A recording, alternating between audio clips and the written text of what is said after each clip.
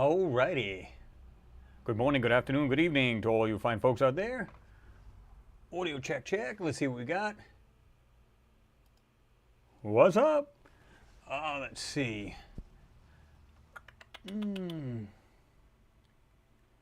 Eric Gower. I didn't even know you from Mass. Awesome. But let me jump to the very top here.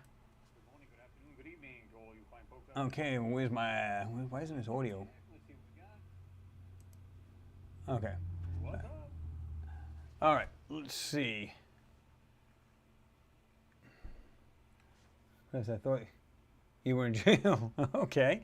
Well, let's not do that. Anyway, take a little quick roll call, see who's in there. Of course, I did kind of go to the top. It's just hard to find or see everybody. But anyway, I see Mimi's in there. Good evening, Chris and fellow Martians. Renee Cruz is in there. Pete Ferrero's in there. Hello, what's happening? Mr. John Sharp is in there. Enrico Viglione is in there, just finishing up eating pancakes. Bam, pancakes. I just had me a roast chicken sandwich. Just finished, let's see. Kurt Abanis, what's happening? Live long and prosper. Hope all are well, Limey Watcher says. We're doing well there, Limey. I hope you're doing good. Daniel Lee's in there. Good evening to everyone. Good evening to you, Chris. Hope you are good and not working too hard. Danny from Liverpool. Well, I'm doing pretty well, Danny. A lot of weirdness going on with, like I said, my job and everything. I told you guys I'd be keeping you guys informed and everything else. It's just up in the air. Everything's just crazy right now, right? Mervyn Gravel, what's going on? He said, hi all. Good to see you there, Mervyn. Nah, Renee, no, not the Italian. I usually have that, but like I said, I had the roast chicken this time. It's, you want to try something different, right? Of course, you want to kind of keep away from the sodium if you can, because like a lot of those meats and those sandwiches, you look at it and you go, oh, well, it's only just enough to kill a bull moose. Oh, not bad at all. So you want to try to get away from that if you can, right?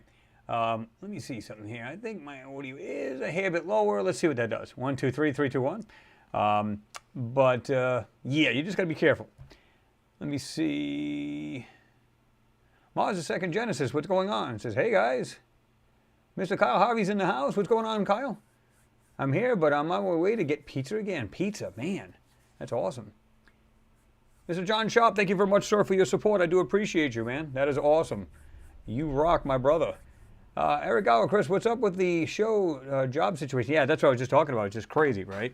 So, yeah, I'll let you guys know what's going on. Kind of weird, kind of crazy at the same time, but we're ready to rock. Now is everything, all the I's dotted and all the T's crossed. That's the situation. Let's see. Kyle says, thumbs up, everyone. Bam, hit it. Let me see. Rico says, pizza, so good. Oh, yeah. Elaine Millard, how are you doing? Hope you're doing well. He said, hi, Chris and everyone. Hope you're all doing well. I'm just finishing watching Texas Sheriff versus a Bull on YouTube. Okay. Oh, damn. Yeah, I hope you made it through it. Alfie Joe Bob, how are you doing? Good to see you in there as always. He said, let's get those thumbs up going. Let's go. Bam.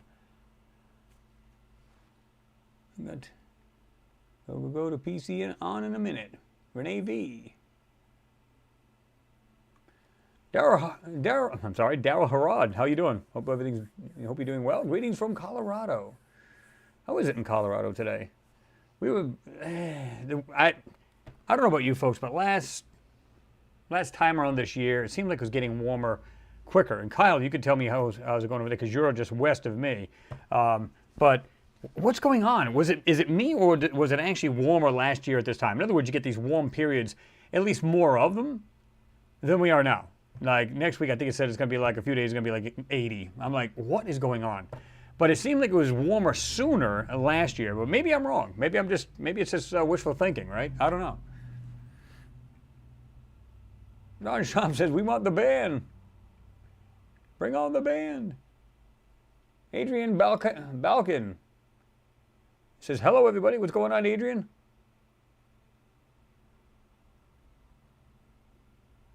Enrico says, a transmission out here? What kind of transmission? Well, you can have Turbo 350, you can have, or you can have the actual transmitting outward.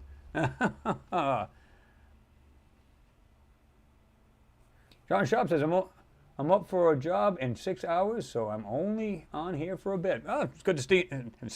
It's good to see you anyway there, John. It always is, you know that. But yeah, you know what I mean? Got to make that money. Got to make that money. Gots to do it. Great for all. What's going on? Says, hi, everyone. Renee V. Said, the second gen is saying, hello, Ohio. Hi, all. Let's see. Yeah, let's see. Robert Morgan, we should be good now. He said, no sound? Yeah, we're good now. We should be. Let me see. Oh, I hate when that happens. Little aliens falling down over here. All right, so that should be good.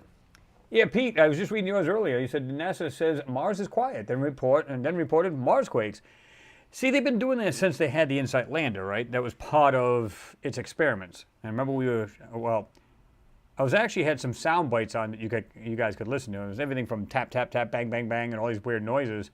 And then, of course, you had sounds where it looked like something was coming from far away underneath it, and it get real, real loud, then it kind of die off again. That's what it sounded like to me. They say it was the wind.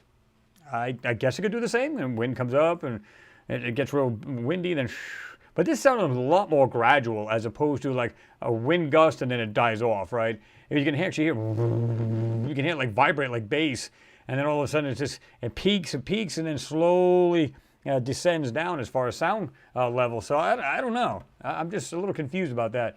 But I agree with you. They're like, yeah, it's all quiet there, and then we have Marsquakes. It's hard to tell.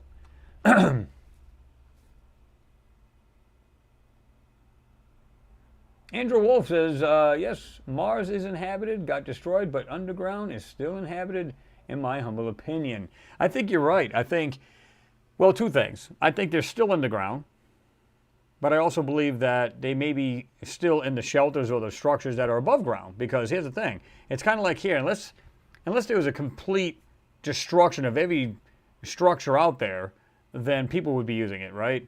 As long as it's sound. In other words, if foundations are all cracked and ready to fall in on you. But, I mean, if you're in an area where it's decent and it didn't really, get hit too bad, or whether it be water washed over it, Mars quakes at the time, because it would have been, like, astronomical at that time, right? Then, yeah, you would utilize the buildings, I would think, the structures. Phil C., what's happening? Says, howdy, everybody. What's going on, Phil? Good to see you there. Andrew Cowley's in there. What's going on? He says, hi, all. What's going on, Andrew? Or Andy, I'll say. I'm thinking Andrew Wolf at the top there. My bad. Kenneth says, the universe is a pretty big place. If it's just us, seems like an awful waste of space. Contact. Occam's razor. Oop, and it just jumped at me. I love it when it does that.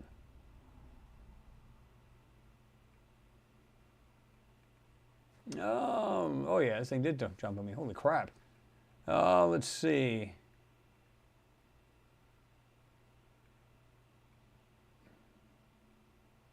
All right, there it is. Yeah, Eric, I was just reading yours. You said call out time. Where's everybody from? Massachusetts. What part of Mass are you from, Eric Gower? I used to go up, I lived in Cumberland, Rhode Island, and used to go up 123 onto Route 1, of course. And if you know where that is, I don't know if you live in, like, Eastern Mass or closer to the Rhode Island border or whatever, but yeah. Figuratively speaking, says off work early on Friday. Well, nothing wrong with that, right? Bonus. Andrew Wolf says, Everett, Washington here. Oh, okay. Cameron, what's going on? It's good to see you there. He said, how are you, Chris, on this Friday? Doing well. I was a little busy earlier. I took like a little nap. It was like an hour nap, but just to kind of like, relax. It feels good to get off your feet when you're like walking around constantly all day, right? So, kind of nice. You and I too, Great for all. You said, I would love to walk around the Cydonia region of Mars just for a few hours. Yeah, you'd never want to leave. There'd be so much crazy stuff going on.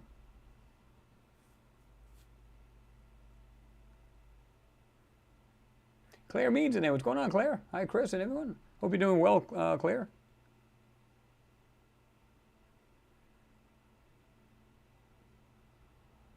Mimi said, Chris, your new video was amazing as usual. I appreciate that. Yeah, we might even go over that a little bit. I still have it in the Photoshop, so we may check that out a little bit further. You know what's funny? It's funny you mention that because, you know, I read all the comments and stuff, and you guys know I don't really answer any comments. You guys know that. And I try to. And like I said, I would try to, two things I always tell you guys. I'll hit the thumbs up. That means I acknowledge your comment, and then I'll give you the heart, meaning I read it. So one guy was on there, pareidolia. I'm like, so you're telling me you could you could look at a, I don't care if it's a mountainside, side of a volcano, it doesn't really matter, right? Dirt, everything coming down. It's natural, right? Nothing but natural. But yet you can see all kinds of 90-degree angles. You can see what looks like little rectangular, brighter areas. You can see all kinds of crazy stuff. And it's pareidolia. I'm going, oh, wow, amazing. How do people get through life? I just don't get it. When you see nothing but sand and a hill, and it looks like it might even washed out with some water at some point, how do you come up with looking at that area and say, oh, he's just got pareidolia? I see something totally different from natural. We could call it Skippy Dippy for all I care. The point is, it's not natural. When you look at the surrounding terrain and you look at that, there's no way that looks natural. But it's hard to tell. People just do this when they look at pictures. I don't know what he's talking about. You know, it would help if you get the blinders off and you have a better look, right? So I just thought that was kind of amusing.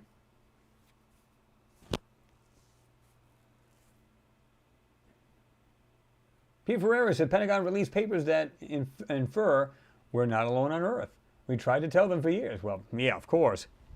And it's like I said, you know as well as I do, they know this. Come on. Ronald DeHart, what's going on? He says, hi. What's going on, Ronald? Good to see you there. Mimi Rash, living close to a volcano might be dangerous, but on the other side, it's warm. Yeah, somebody had made it, actually it was kind of sarcastic, but they were also saying, yeah, like, does it sound like somebody should be building a city on the side of a volcano? It's probably the only one I answered to because I felt it was kind of sarcasm, like I said. And I said, well, we don't know for a fact that it's even the volcano. And it may be the very southern part and away from it for all I know, because it says, I think was it the southern scarp of Olympus Mons, right? So it may be off to the side and not actually on the hill of it. Made a great point, but kind of sarcastic. So I said, I don't know if it is. They can tell me it is all day long. How would I prove it? I wouldn't know. But regardless of that, whatever that stuff is, or whatever we're looking at, once you turn it and put it flat, it almost looks like a city or what looks like panels of a skin that's under all that dirt and stuff. I don't know. I don't know what to make of it. I'm just, the only two things I could come up with that would kind of make sense. So that's why I said, oh, I got to get you guys' input on this. This is, you know, that's what I put in there. So, yeah, I mean, feel free to drop your comments down there. Let me know what you think, because I was just like, what? You know, it's just, you shouldn't see that. Not on the side of a mountain, not on Mars at all. According to them, there was absolutely no life, maybe microbial. That's all they said. So, yeah.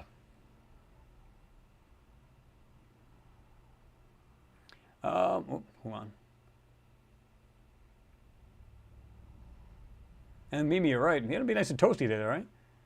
But yeah, you may want to be careful. It's like the largest volcano in the solar system. And I'm sure when it was active, now that's the other thing the person wasn't thinking about either. How long has this thing been dormant? And they just, I mean, look at Earth. How people are literally on the hills and on the mountains and at the base of the volcanoes here on Earth. They can't do the same. You know, maybe they figured, it'll be dormant, it's completely dead now and never have to worry about it. Then, of course, they get it like Mount St. Helens and said, well, I guess we were wrong on that one. Our bad on that.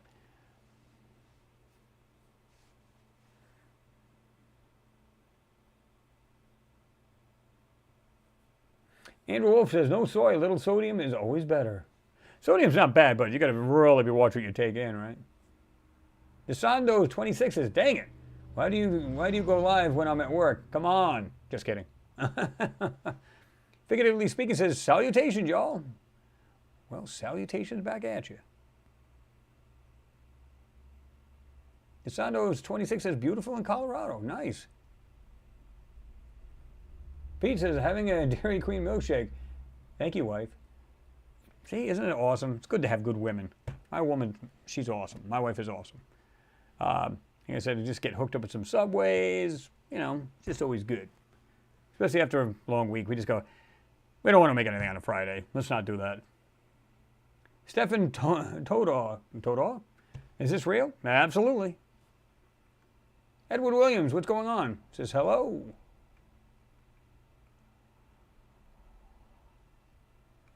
Kyle says, I am driving, but be home in about 5 to 10 minutes. Figuratively speaking, rolling up J's. Just remember to puff, puff, pass. Okay? You don't want to bogue out that stuff. Daryl Harrod says, sunny but cool. Supposed to snow next week on Tuesday. Well, we were getting, it was supposed to be like either overnight or something like that, or maybe this evening, I don't know, but said maybe mixed with some snow and rain, and I'm like, Mother Nature, come on, smarten up. Exactly, Andrew Wolf, is 70 yesterday and snow expected. What the hell? Exactly. MG Toe, hi all. What's going on, MG Toe? Good to see you in there. Oh, you got competition. Figuratively speaking, says MG Toe, way ahead of you.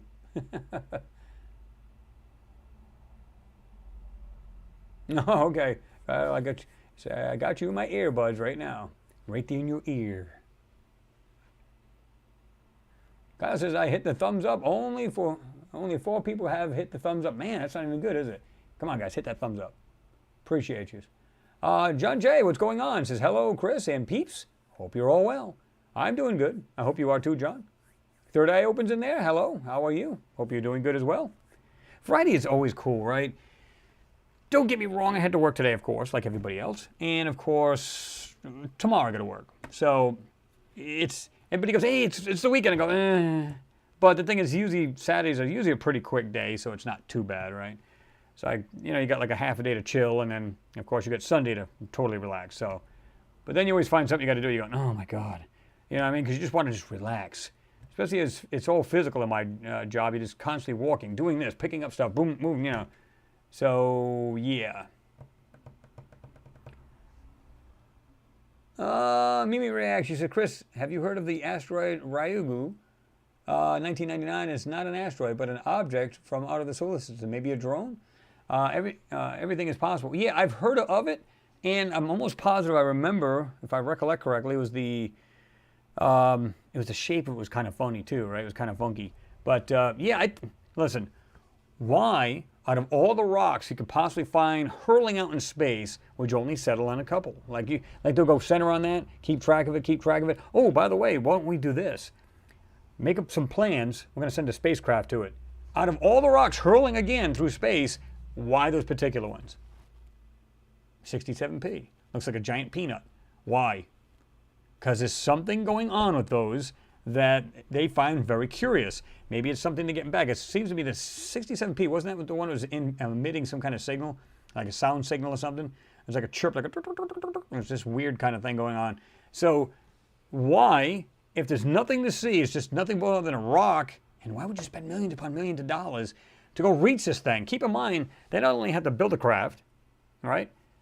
Send it out there. They have to somehow meet up with this thing, because a lot of these things are hurling through space at 27, 35,000 miles an hour.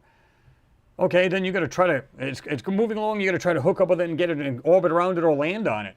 Why go through all that trouble unless there's something to gain by it?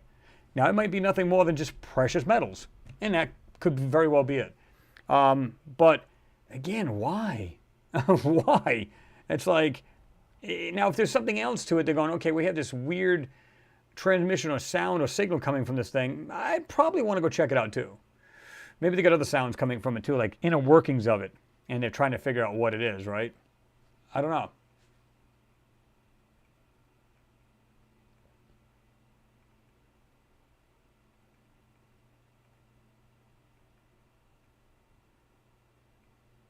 This is John Ward. I sent you a message on your last video. By the way, it was a really good video. I sent it on there. I said if you wanted to join me on the live feed, just let me know. I still got my Skype open, but I wanted to have you on there. Of course, it was late again because I tried to get a hold of. Well, actually, I didn't try. I got a hold of Will, and he was out doing something. He wasn't going to be able to do it again. I was like, oh, well, I'm just going to try to get Jean on. And then whenever, anytime I can hook up with Will, we'll do that.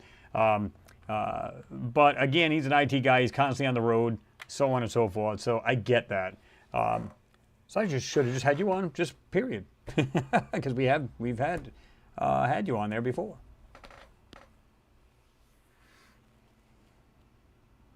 Let's see. Yeah, we already said hello to Robert Morgan.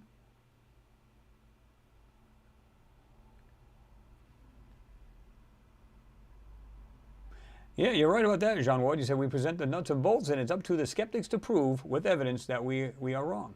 Yeah, I mean, you can't. It's like what you showed. I like what you showed in the last video. Remember that kind of weird rock had a triangular shape to it, and you were showing, the people watching, the viewers, well, it looked like a dock and dairy, like triangular shaped, like the outer part of it. How is this normal? So let's suppose it's not an object, but more a manipulation to make this thing shape that way. Why would you do that?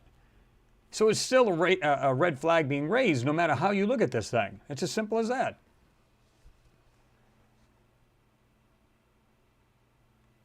Mars League says, damn, almost missed this again. Howdy, folks. What's going on, Mars Leagues? If you didn't miss it, you're good.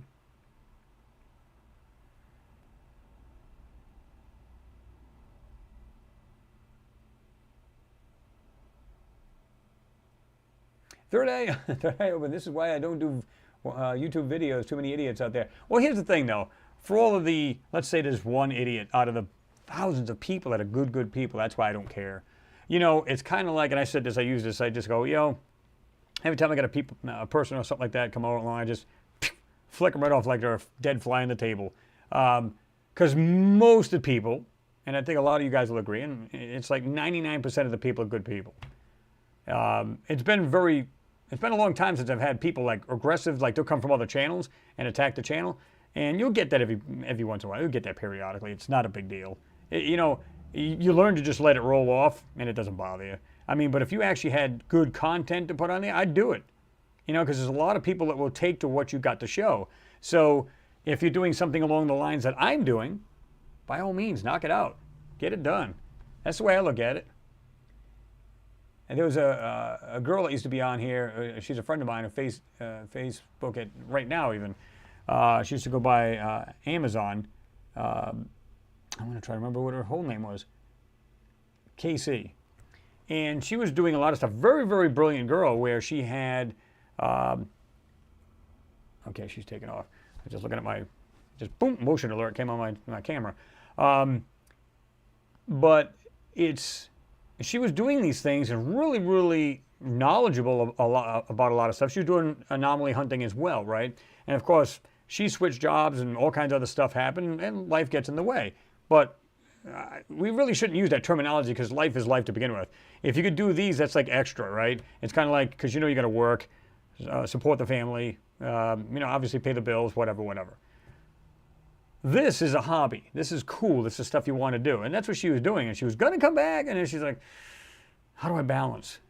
So I guess she just chose not to, and that kind of sucks. And not to sound, like all about men should be doing this. No. It's not about that at all. It was just awesome to see women doing this because a lot more people are getting on board with it.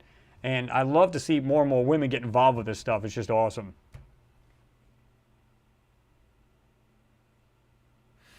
Andrew Wolf, he said they've been programming people for years. Cartoon Martian, anyone? Yeah, I mean, again, they can try to sway the public a certain way. That's why, what we see in these photos and what they're saying about aliens and stuff totally differs because you don't have to know whether, like, the Tic Tac or these other UFOs or these other sightings have been since the camera's been out. And, of course, even longer than that, right? That there's more people out there than just here on Earth. It's not just here. It's other places. I mean, and then now the photos are showing this and proving this. If you just look hard enough, you can find the stuff in the photo. Some of it, not so much. You just have to look at it. There it is. And like I said in the video, it's funny how they use like orange. Sometimes it's like almost a tinge of red. Well, people who are colorblind cannot see red. They don't see that. They see it a different color. So is it something else to kind of mess with your eyes and try to use a balance of colors where it messes with everybody's eyes, included people who have corrective color awareness, like they see properly. So is it a way to like really mess with your eyes so you don't really see the details? I say yes.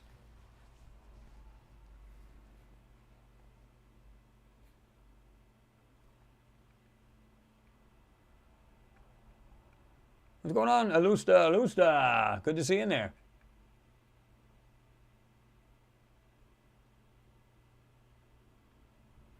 I was just talking to Will too, yeah, because I seen you just talking to.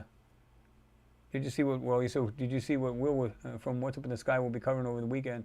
Awesome stuff. Yeah, he was talking about that. He had some crazy things about picks and stuff like that he was going to be working on. So yeah, I'll be checking out as well. Like I said, I was going to try to get him on, and that didn't work. So I was like, okay.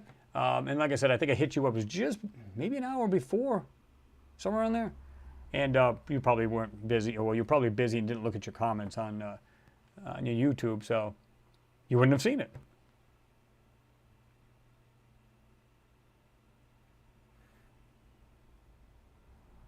Yeah, you get them, John. You, like you said, 100% trolls, man. I get those from too from time to time. You're gonna get that, no matter what. You know, it's like some of the stuff. Well, just about everything you cover, rather, I should say, is that when you look at the stuff you see, it's like, when's the last time you've seen a rock or rocks laid out in a certain way like that? When's the last time you've seen weird Now, you can have weird-shaped giant boulders, right? But like you did in that last video, you said there's too many things in this one area alone, and you had to cover like each one of these things. It's just crazy. There's no way. Like I said, the last time you did that, and I forget what video that was, but you had, remember that large, what looked like, I forget how big this thing was, you mentioned it, but really large, and it had like these 6 squares on top of this thing. How does that happen in nature? But people don't use this. That's the problem.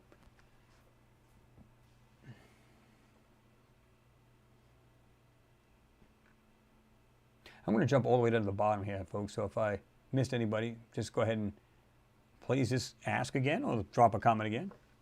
I want to try to read everybody's if I can.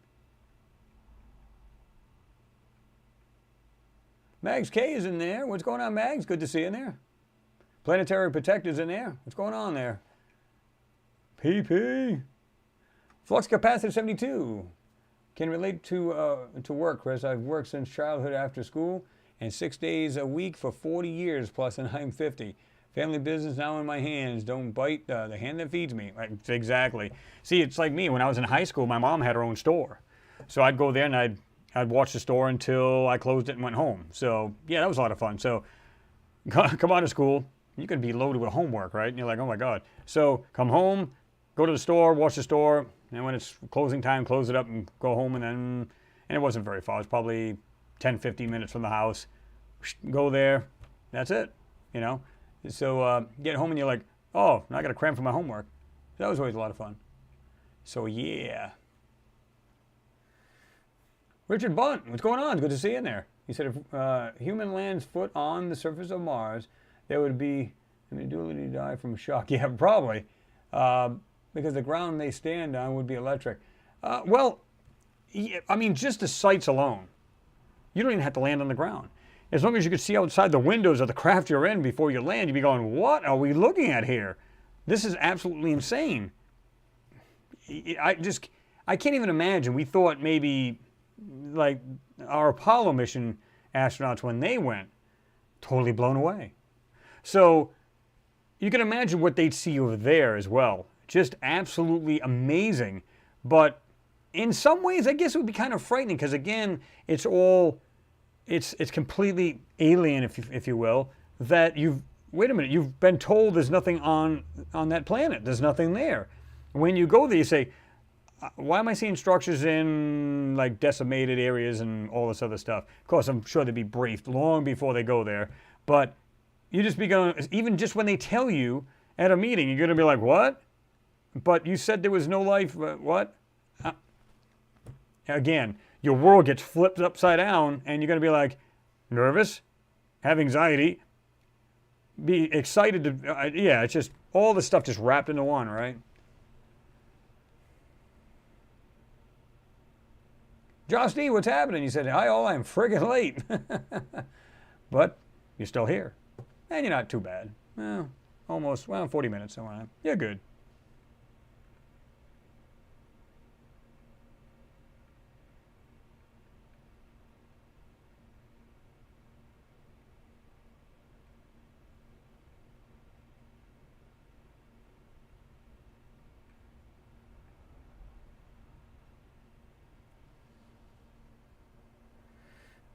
T. Hammer, what's happening?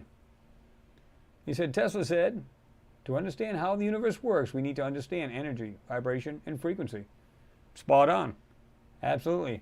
Mars Leaky said, does anybody have an idea why the ground on both the moon and Mars are filled with these spaghetti rocks? Is it something natural, or have we just accepted it is as natural because it is everywhere?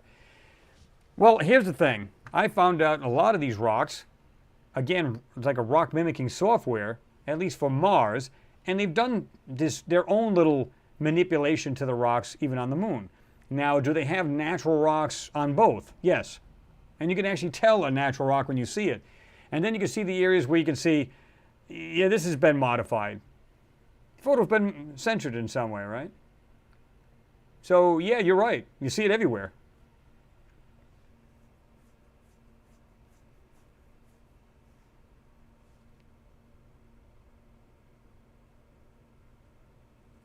John Wayne said, I'm checking if my Skype works, Chris. If it does, we can hang out tonight.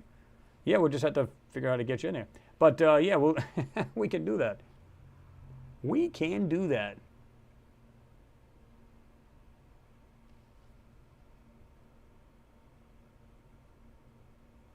Richard Bunt, you said, I got told when man stands on the surface of the moon, it's meant to feel soft, like you're standing on talcum powder. Well, they did say that because it's almost like an ash, right? And it's not very deep. That's what's crazy about it. It's like it goes down a much hotter surface. You know, and that's why they say, well, it's kind of like its own like shell type thing. And like I said, they found metals like titanium on the moon and all kinds of other stuff. So it's hard to tell what the heck is on there, right?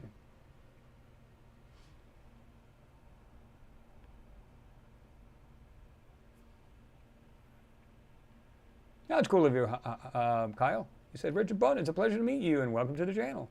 Yeah, Richard Bunt's been around for a while.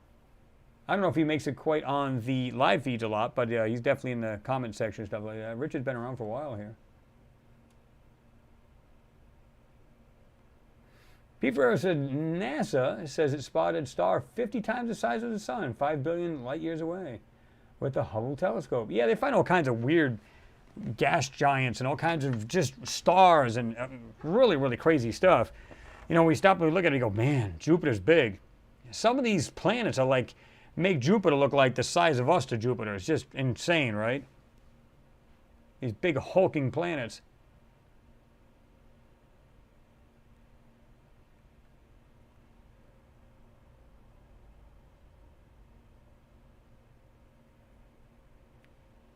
Uh-oh, Mimi says, I'm getting bullied here.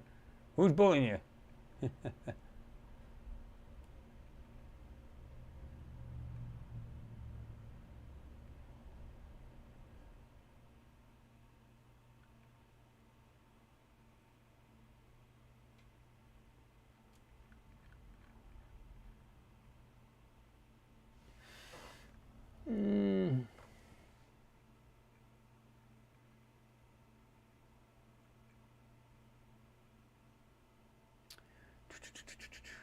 Yeah, Metalhead, what's going on? Yeah, I heard about that. Was it the 30th he passed? Mr. John Laird passed on. It kind of breaks your heart because, you know what? He's a researcher and he was doing fantastic work. You know, you hated to see that. And of course, he was always having arguments with this other person that was doing things about the moon, and it's just really bizarre kind of thing going on. But, you know, I hated to hear that about John because he was like doing some fantastic work. We're going to watch his stuff I watch his stuff from time to time. Really good stuff.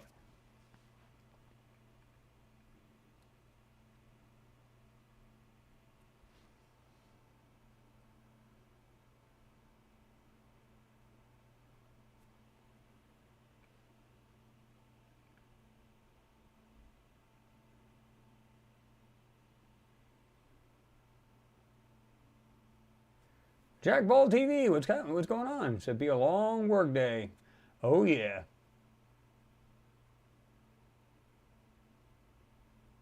Renee V said, you two make my day really good. Beautiful videos today. Top work, very advanced. Those buildings in your video may be bombed, as you say. Well, and like I said, we'll have a glance at that as well. Because it's like I said, on the right-hand side, well, if you were to put the photo in like it's supposed to be in a proper position, You can see it. Somebody had said it looks like looks like a shape of like a large ship, right? And it's on the side of this hill. Actually does. When you zoom into it, it looks like it's been like something's blown that to pieces. And like I said, let's suppose that is what happened. Again, explosive goes in, explodes. What's going to happen? It's going to put pressure on anything that's underground and, of course, blow it all kinds of stuff and everything else. I'm not saying that's what happened. I'm not even sure that's what it is.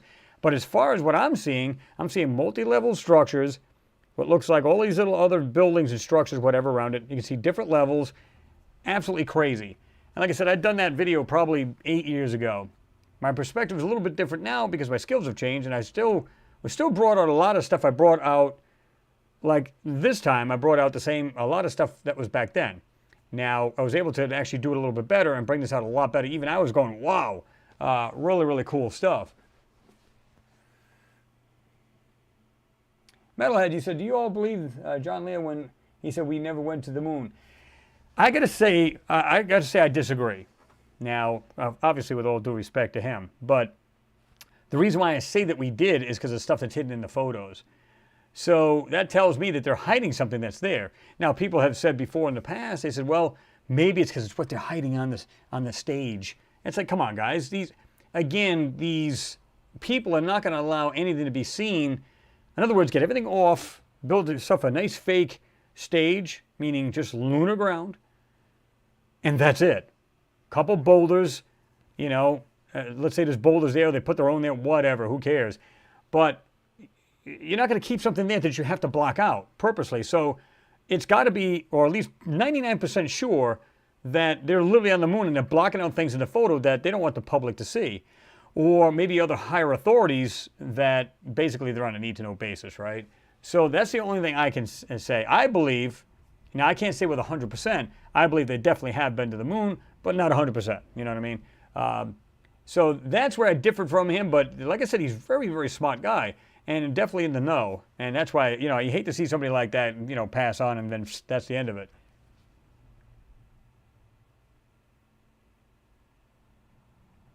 Max K, like the first snow when you can't make a snowball. Yeah, I don't like that. Eric Gowery said the craters only go so deep, too. The moon is a strange ball of metal. Well, like I said, I've said that before. It could be like a mile wide. It could be 3 feet wide and the same depth. How is that possible?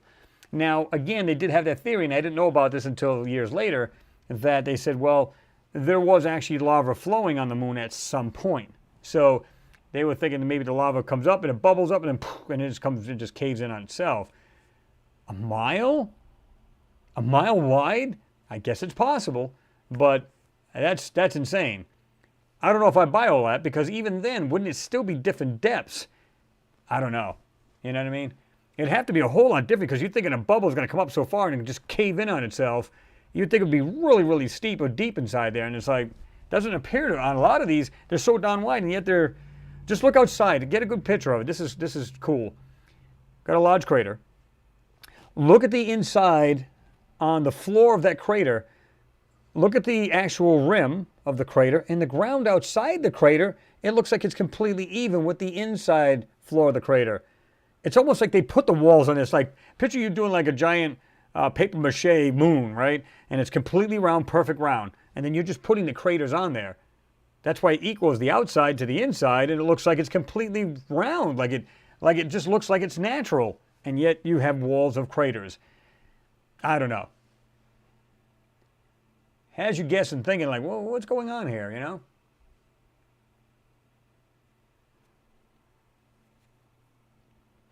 Tommy Bird says, the hammer says Xeon 129, typically from popping off a nuclear weapon. Yep. Now, this thing just jumped on me again. Nice.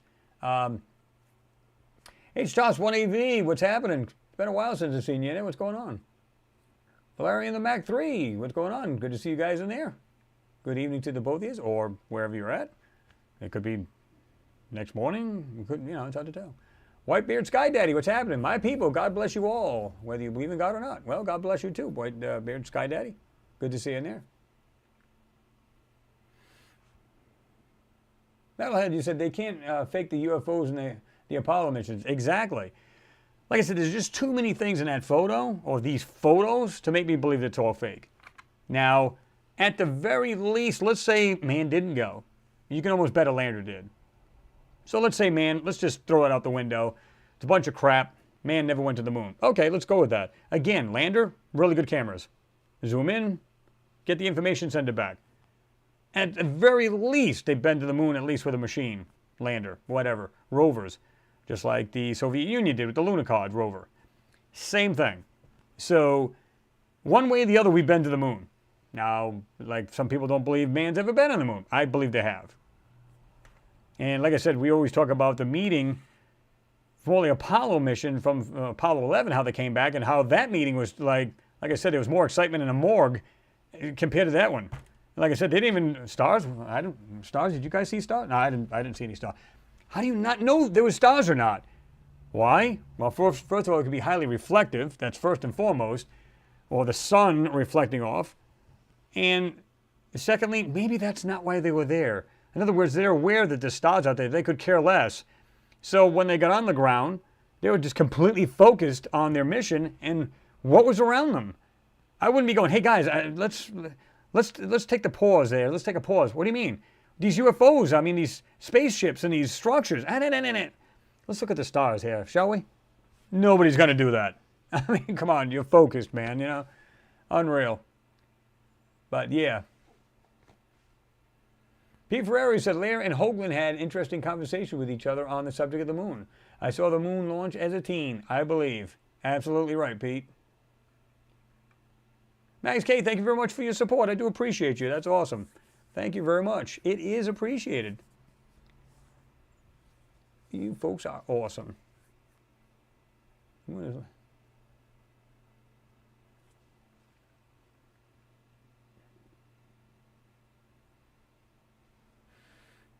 Robert Morgan, you were talking to Metalhead. You said if you believe the stories the Nazis got there first, yet what I learned in the military is that we have been going to Mars since at least then.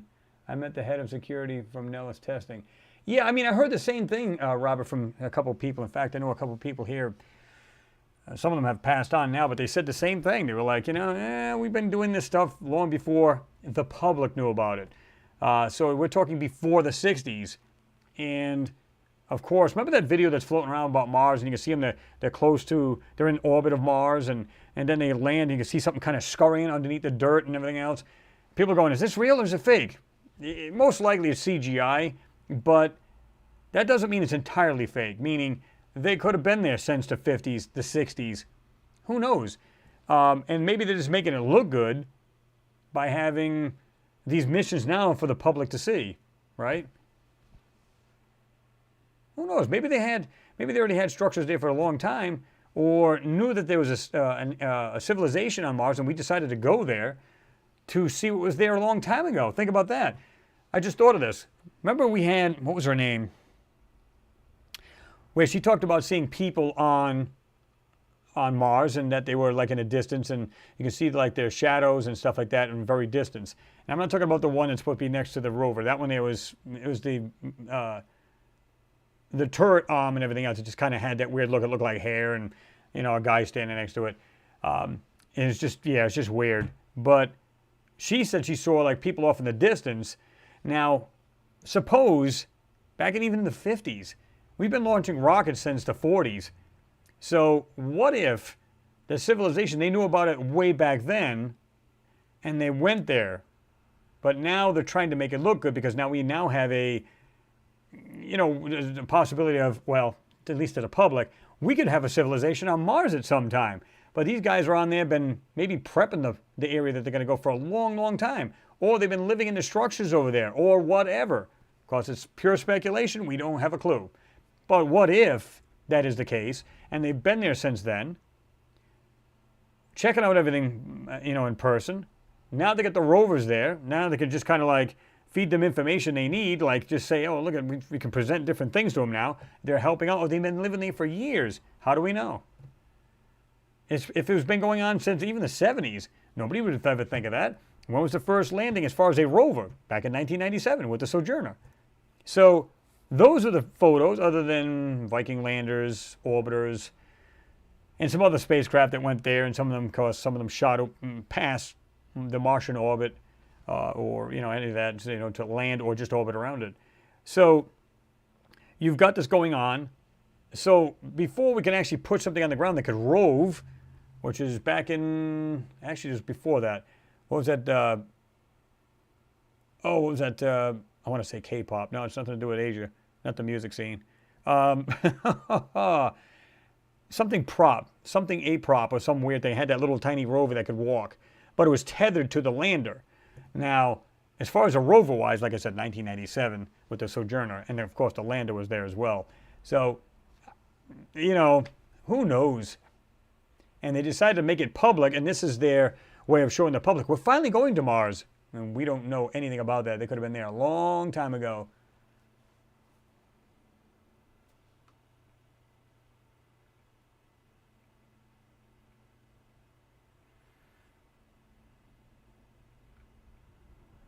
Leslie Ann Warren, thank you very much for your support. I do appreciate you. Thank you. Woo-hoo! That a fox, a kitty, or something? Yeah. That's cute. That's funny. Yep. Valerian the Mach 3 explosions on Mars.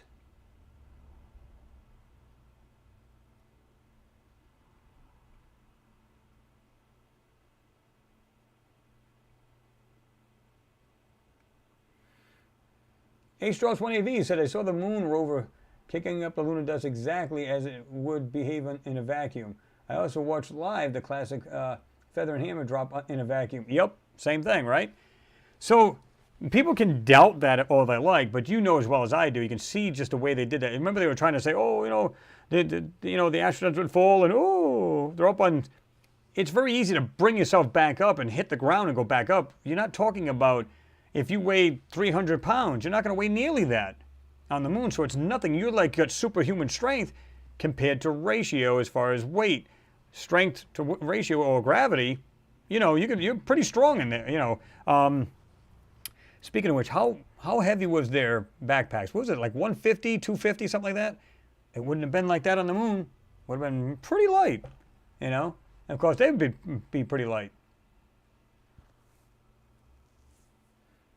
Andre Bouthelette, hi, what's going on? Geoff, Irwin, what's happening? Got a little alien head going on. Oh yeah, thumbs up.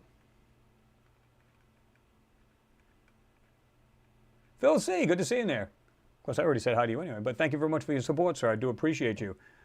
Always a supporter of the channel as well. All you folks are. Like I said, support to me is all kinds of support, But it's just awesome when you guys can do things like that. And I know it's tough for you guys at times too, because you're like, well, I got to watch, everything's so uncertain today. I got to watch my money. And so I do appreciate you guys when I say that.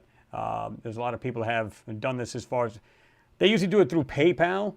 So they usually don't want to have their name mentioned, but thank you very much because you've done this as well. I do appreciate you. There's a lot of people that do, and I do appreciate them.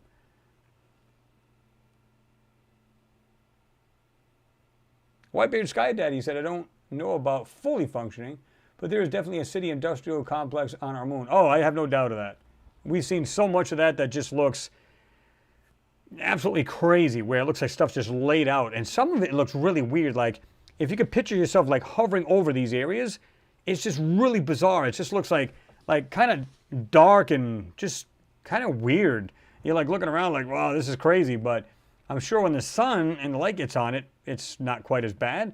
But it's like seeing everything here in the world with no trees, no kind of organic growth at all. And it's like all desert around you or completely barren land, and yet there's structures everywhere. It's just, think about that a minute.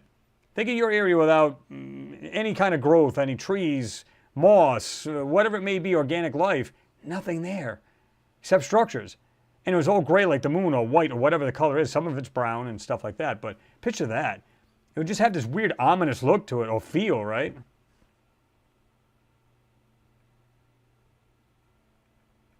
That would really be really weird. More gone. Geoff says, more going on than we likely ever know. I think you're right. I mean, we are getting tidbits of it, which is good, right? Anything from Mars to the moon itself. we get little tidbits, and like I said, we just put the puzzle piece together, put them all together, and we get this broad picture about what's going on. And we may only know, even with that puzzle completely put together, what do you guys think? 30, 40%?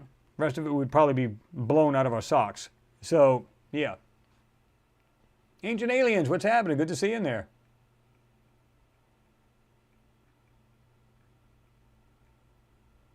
My man Kyle, thank you very much for your support, brother. I appreciate you. He said, I had to step away for a moment, but I am all done now. I am all ears and eyes to read our comments. How was that pizza, by the way? What'd you get, the pepperoni in? Was it loaded? What'd you get? Now you're making me salivate. Yeah, I mean, I don't know. I don't know about you folks, but you know, when I think of pizza, I think really good. Remember back in the day, and I know a lot of places like this, so it's not just Pizza Hut. Remember back in the day, I swear to you, I'm not lying. Back in the 80s, I had Pizza Hut. It was this thick. Of course, this is Supreme. It was this thick. I'm starving. I walk in there, you know, with she was my girlfriend at the time, not my wife, but I was sitting there, wow, yummy, yummy. I had 2 of these. I felt like I wanted to puke. I was so stuffed and I'm talking good-sized pieces. I'm not talking about little bitty slices. Good, full pizza. And I was like, oh my God. Like if you eat another bite, you literally just puke all over the table, right? Now it's like, it's garbage. It's sad, really. I mean, yeah, they put the everything on it, but it's just like so skimpy now. Oh my God, it's sad. Thank you, Kyle, and everybody else who's supported the channel. I appreciate you.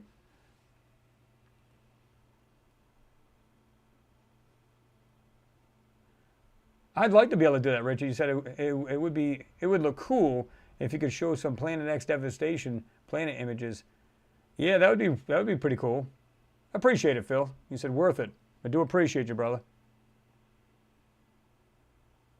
Okay, we can do that, John. He said Skype is working. Let's try a Hangout next week. So, let me see here. Well, it ain't gonna matter now, but yeah, we can do that. Like I said, I think I got an update for mine. Did you get one for yours, John? Because it's been a while since I've actually used Skype, so obviously you're gonna get an update or two, right? I think most of the time it doesn't work is because of that. It's because of an update. At least that's what I found in the past. Of course, you can have you can also have a computer going stupid on you too. You know how that works.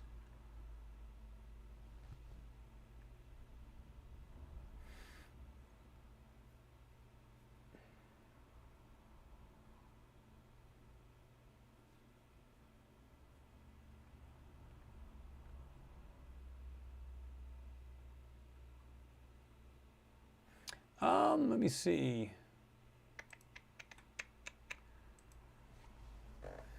Let me see here. Leslie Ann, hold on just a moment. Let's...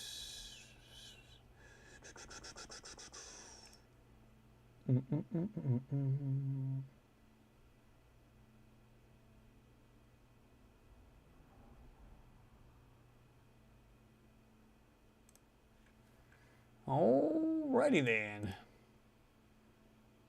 Got it.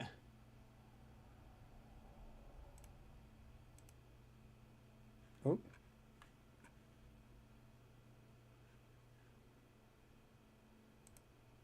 Hate it when that happens. I just hit just on Discord. Oh, let me see. Let me go ahead and do this.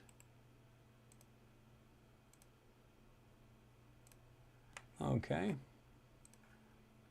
All right. Anybody wants the, I know Leslie Ann, you said, I'm on but can't get through the chat. And then you were asking about, has anyone got the code for Discord Mars? Let's do this. I'm going to go ahead and drop the link for our Discord channel. You can check that out. Should be on there now. Just drop that. John Sharpie said, I'm so tired, up for a drive at 4 a.m. and it's 2,200 hours now, so I need to sleep, but I'm trying to stay awake. I hear you, John, but yeah, if you're going to travel or anything like that, I wouldn't take the chance of staying up too late, if you get what I mean. Last thing we want to do is see you get in a wreck or something like that and something happen to you. So, you know, do what you think is right. Bush Corey, yes, what's going on? Good to see you in there, man. Did you get that, Leslie Ann? The Discord code? It's right there, just dropped it. I will be adding a couple more of those enhanced photos, by the way. The last video, as well as this one's going to be coming up too. So you guys will be able to jump in there, and it's the fully enhanced. You'll see it in the categories, and they're fully enhanced photos. And that's the ones we have for, obviously, what's ever been done in the videos, and we enhance them. We'll drop them in there so people can actually have a better look, take it and examine it themselves, right?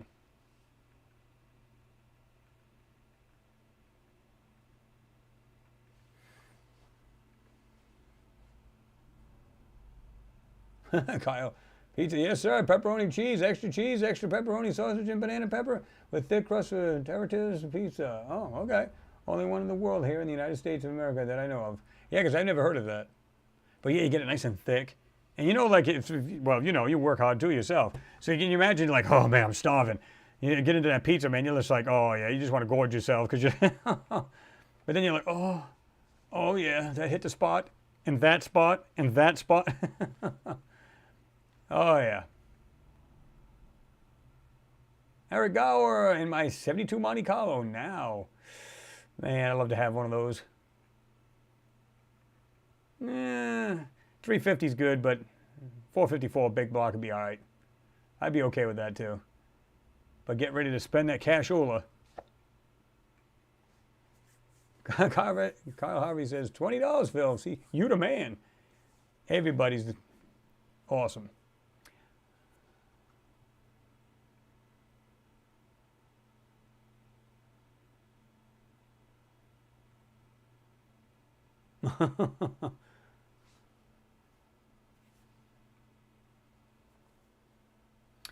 Flux capacitor 72 Monty says military aircraft with weird T-shape cross on their noses here mid-south a few days ago, leaving a weird dark blue trail that turns to white. That is weird. Oh, so it's like a mom and pop type thing, Kyle. He says it's a classic pizza joint. It's not a franchise. There's only one of them. Okay, so it's more or less a mom and pop kind of thing. I got you.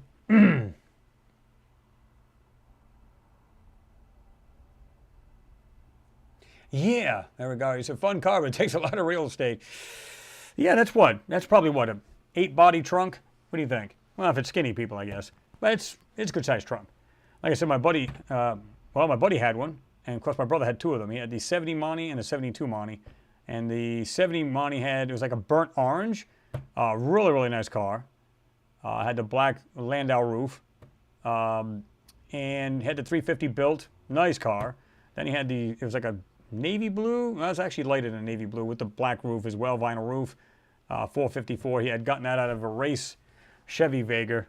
It had the 454, but it had a like full-blown cam in this thing. It was just radical as hell. So he took it out and put his own cam in and redid the thing. And it was quick. 3-inch pipes on it. Oh, yeah. You could literally stand about 25 feet away from that thing when it was running. You can feel it blowing, just exhaust hitting you from that far away. Really, really cool. Yeah, he was racing it down in Myrtle Beach next to the base. Stefan Tudor. Last call for alcohol soon. Man, it's getting that late in your area? I have, Mimi. You said, Chris, I can't remember, but have you done a video about Pluto? Yeah, just go on my regular channel, Mimi, just put on there, just put Pluto. And there's several things there, just what looks like all kinds of weird structures right there on the surface, and you can see them. And when you enhance it, because everything's white, yeah, I mean, I find it hard to believe with that little sunlight that...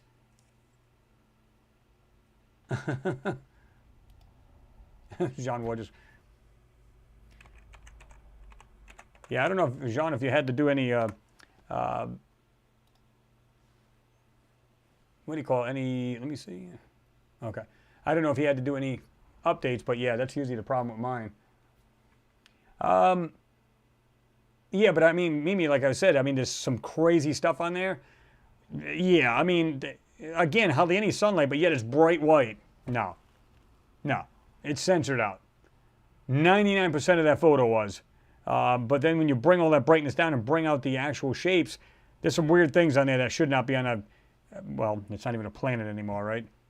Well, it's a planet. Maybe next year it won't be a planet again. And then today it'll be a planet. It's yeah, whatever.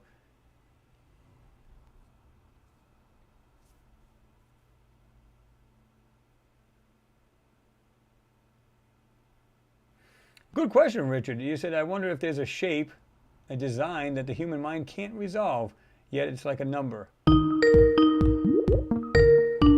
Hold on. Let me turn this thing down a bit. Let's do this. See if we can get him on there. What do you think? Probably won't be able to do it on my end. Yeah, I don't have a video on you. I can't use it on mine, Jean. No audio either. Hold on. Let's see if we can get him on there. What do you guys think? Boo, boo, boo, boo, boo, boo, boo. Whoop. I guess he's trying it out. It hasn't worked. Whoop. Is he back in there? Let me shut this off because I already have audio going through this. There he is. Not going to move myself. Hold on. Oh. Hello, Chris. Can you hear me? I can. What's happening? Let me see. Let me bring you up a little bit. Can you hear me? I don't know if you can even hear me. Hold on. I'll have to do it this way. All right. Can you hear me now? Yeah, I can hear you, Chris. Can you hear me? Yep, I sure can. All right. Let me see. Let me blow myself up here. Not literally, but we'll try to do it like that. Get it a little bit bigger so you don't look like Godzilla on the screen and I'm like this little, how you doing? Oh, what's going on? I'm well, thanks. How's it going there, Chris? Oh, we're doing all right. Just kind of messing around here. Let's get everything, trying to get audio set here perfectly. I'm glad it's working because I was really struggling after the latest Windows 11 update, Chris. Yeah, I heard a lot of people were struggling with that. They didn't like it too much. They were saying that it wasn't compatible anymore with things that they have. It was just, well, Neville Thompson was just going through all that. He says, and he's a pretty good guy on computers. He's pretty savvy. And he says, man, this thing was kicking his rear end. And I said, you know, if I get the update, I'm not doing the updates. I'm not. I'd rather not. I'll take all of the, you know, security stuff. I'll do any framework it needs, anything like that, but I'm not doing all that. It'd be my luck. Everything would just quit working. Let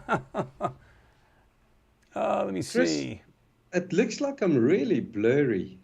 I wonder if you make the image a little bit smaller, maybe it'll look better. Can you do that on your end? I'm sure I could. Hold on. Let me see what we can do here. I know this is impromptu. I just thought I'd give it a try. Yeah, that's what I was like, is he on now? I'm pretty bored. Yeah, I'm pretty bored at the moment as well. It's nice that we are doing the Hangout again. I look forward to these, Chris. I do too. I think they're awesome. And I know a lot of the folks like it too. I'm going to go ahead and do this. And we'll shrink you down a little bit.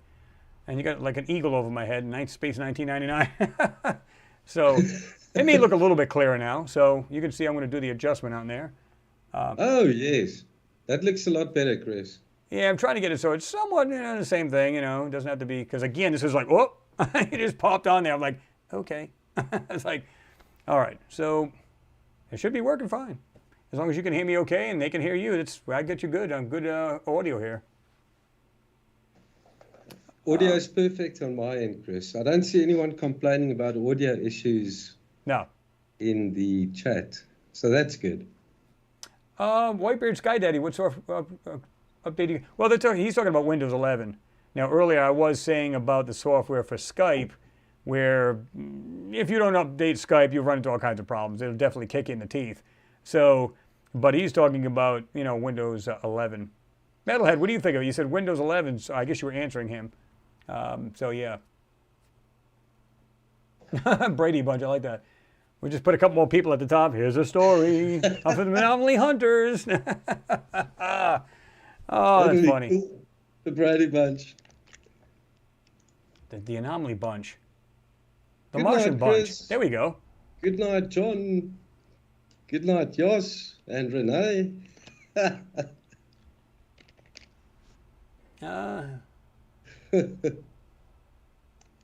His head's a little bit bigger than he was, but it's okay. Yeah, we're trying to get him so he doesn't, you know. It's like me. I don't want to be like, I'm like this big on the screen and everybody else is like this little, you know, you go, somebody? It's just weird. Pat Owen, what's happening? Hi, Chris. Hi, Jean. Hi, friends in chat. What's going on, Pat? Good to see you in there. And yes, our good friend Jean jumped in. Hey, we've been trying to get you on there. And I'm going, you know what? I said, I tried to get Will on there again. I'm going, this poor guy over here, John's going, what am I, like the fifth wheel here? I mean, can you get me on? I was like, but the way he talked about it was that he'd be able to go on. So I didn't want to tell him, no, forget about it, and then just, get somebody else on. So I was trying to be fair, But he told me again he had some kind of thing to do with his girlfriend's niece, some kind of thing for school or something, whatever it was. And I said, oh, no, listen, first things first, So I was okay with that. Yeah, so, Will's a real family guy. Yeah, well, like most of us are, So what's new with you? What can you tell us about your latest video? That was pretty nice. That was pretty sweet. Yeah, Chris, I've been finding so many strange anomalies lately. Although I ran into a bit of a dry, I don't know, I wasn't finding stuff for like almost 2 weeks. And then suddenly I honed in on this area called Ionia Terra. And I did a advanced search in the iRise website from the coordinates of Ionia Terra, and I found out a lot of photographs that don't appear in Google Earth Mars. And I downloaded those. And that's when I found all these weird blocks. They looked like ancient megalithic ruins, almost like piles of blocks, like there was a structure there, and it somehow was destroyed. And then again, lots of blocks strewn all over the place. So obviously there was a major catastrophe or two or three on Mars. And the evidence is clear. We're looking at remnants of an ancient civilization. And then the miniature Stonehenges. I don't know whether nature produces these things or not, but we've always got these little Stonehenges consisting of 6 or 7 boulders packed in almost a perfect circular pattern. And then obviously the other one, the huge one, that's 65 meters in diameter, that my friend Saturn Arc found. It's weird, Chris. I don't know what else to tell you. Well, I mean, like I said, I was able to watch your video, and truthfully, I didn't watch the whole thing, but I did catch you when you were talking about that, like I said, a triangular piece, and where the darker area is like the same shape. I thought that was pretty cool. And then the other rocks you had, like these other you had one that looked like a block, and you said it was kind of beveled. That was sticking out prior to that one. Really, really cool stuff. I mean, to me, I go, you're not going to see this kind of stuff if it's just natural terrain. Yes, you will see giant boulders, common sense. You'll see all different sizes. But when you see something, like I said before, when you see these 6 squares on top of these things, come on. You know what I mean? It just doesn't make much sense. But now, let me ask you a question. What do you think? Do you think it's high technology, or is it like here on Earth, where we have ancient civilizations as well as modern day stuff? Oh, that's a good one, Chris. I speculate we're looking at least 2, 3, or 4 ancient civilizations, like we have here on Earth, where we see the ancient ruins, the Inca, Olmec type ruins in South America, the huge megalithic blocks, that building style. And then on top of it, the smaller rocks. That's obviously once the Spanish arrived there, they built structures on top of these huger blocks. And that we see in Europe and in Turkey as well, I think. Baalbek, Lebanon. So, and on Mars, I've seen the same type of thing. I see really old blocks or megaliths and slabs, and then newer ones, and then almost pristine ones. And the pristine ones are very smooth, and they reflect a lot of light. So I think we're looking at 2, 3, possibly 4 ancient civilizations that followed one another. And then obviously due to the catastrophes, I don't know, they might have fled here to Earth.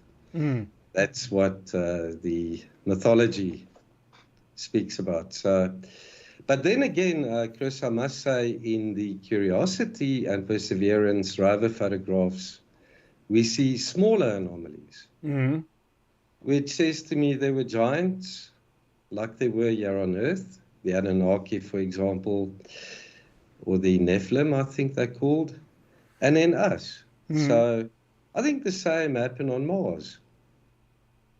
But whether the catastrophe that struck our solar system destroyed the structures here on Earth and on Mars at the same time, I'm not sure. There's a theory that there's an exploded planet between Jupiter and Mars, and that's where the Anunnaki or the Nephilim were residing. Mm-hmm. The planet got to a point and they had to leave it, and they came to Mars. Right. The planet Right. blew up, and we've got the asteroid belt, and then the devastation hit Mars, and they migrated to Earth. It's this strange mythology, and obviously we don't know the whole truth. It's being kept secret from us. Secret knowledge is power, I guess. See, that's the other thing too. I mentioned in one of my videos, I said, what if though, wouldn't it be weird if we were the giants? This is the reason why what we see on Mars seems to be very small. Think about it. If these Nephilim or these fallen angels come down from the heavens, mated with the women, would that not change their DNA? Wouldn't the children start to be bigger and bigger and bigger over the course of time? I don't know. I don't know. Because you'd give birth over the course of time, you'd give birth to bigger women, bigger men. Yeah. And at some point, wouldn't they, at some point when they start to grow, wouldn't we become taller? Chris, I've seen photographs, black and white photographs, old ones of giants. Right, I've seen that too. Their hips are in line with your head. Right. Really, really tall people. Mm-hmm. And I actually walked past a woman last week at the local mall, and her hips took me at my shoulders. I couldn't believe how tall this girl was. And she didn't have any bone deformities, like some people get these bone really disorders, weird the way they're built and everything. and they grow out of proportion. But this was a perfectly proportioned girl. She was actually beautiful. But I was scared she'd growl at me, See, what he's I not don't telling know you is John if Ward is you've heard actually those 3'5". stories. No, I'm kidding. It's like, wait a minute, what? I've heard these stories of people that see these really tall beings, and when they walk past them, they growl at them. Mm-hmm. Yeah, they get this sense that there's danger. Yeah, they're like, what is going It's on? really Yeah. strange. I don't know. I mean, it's like I said, as far as Mars goes, I've seen both, like you're saying. I see what looks like small anomalies, and I see things that are very, very large. Like, you can see where the rover's at, if it's in the picture, and you can see whatever's in the background. It looks, if you were to go up to it, it'd be quite large. But because it's off in the distance, it looks not so big. But you know as well as I do, the more you approach the object, it gets bigger. So you got to try to calculate how far it is from that actual rover camera, which could be zoomed. Of course, if you see the rover, it's not. But it's just really weird. You have to try to get that together because they can literally put something in the middle of that photo to make it look like it is an actual distance away from the camera, and it's really not. It's actually like within feet, 75, 100 feet, not like, oh, it's a quarter mile away, and it's not. I've noticed that over the years when you start to do these things more and more, you just go, they're playing with the photo, the midsection of this photo. They're putting in like I call it a fill, which it's not real, and they're making it look like it's just such a distance off, and it's really not. Some people are looking like at Mount Shop. Oh, yeah, that's about almost a mile away. They're showing you. No, it is not. Look at all of the so-called buttes right there in Gale Crater at Mount Shop along the edge. They all look. I always use the analogy. They look like cars in a car lot, and they're all like lined up. What's the chances of buttes being like this, all on the side of each other? No, not likely going to happen. And they're not that far away. That's the other thing with the orbiter photographs. They give you a scale indicator. So, for example, 25 centimeters per pixel. But when you look at photographs of the rovers, They're small, Yep. and I'm used to seeing these megaliths that range between 10 and 15 meters long. Right. And I use the same 25 centimeters per pixel. But when I use the same scale on the rover photographs, the top-down photographs, the rovers are a lot smaller. So I don't know how accurate that scale is that they're Yeah, giving I'm the us. same. I'm with you on that because over the years I've noticed. I went, first of all, they're lying what's in the photo. So how can you even believe the scale that's in these things?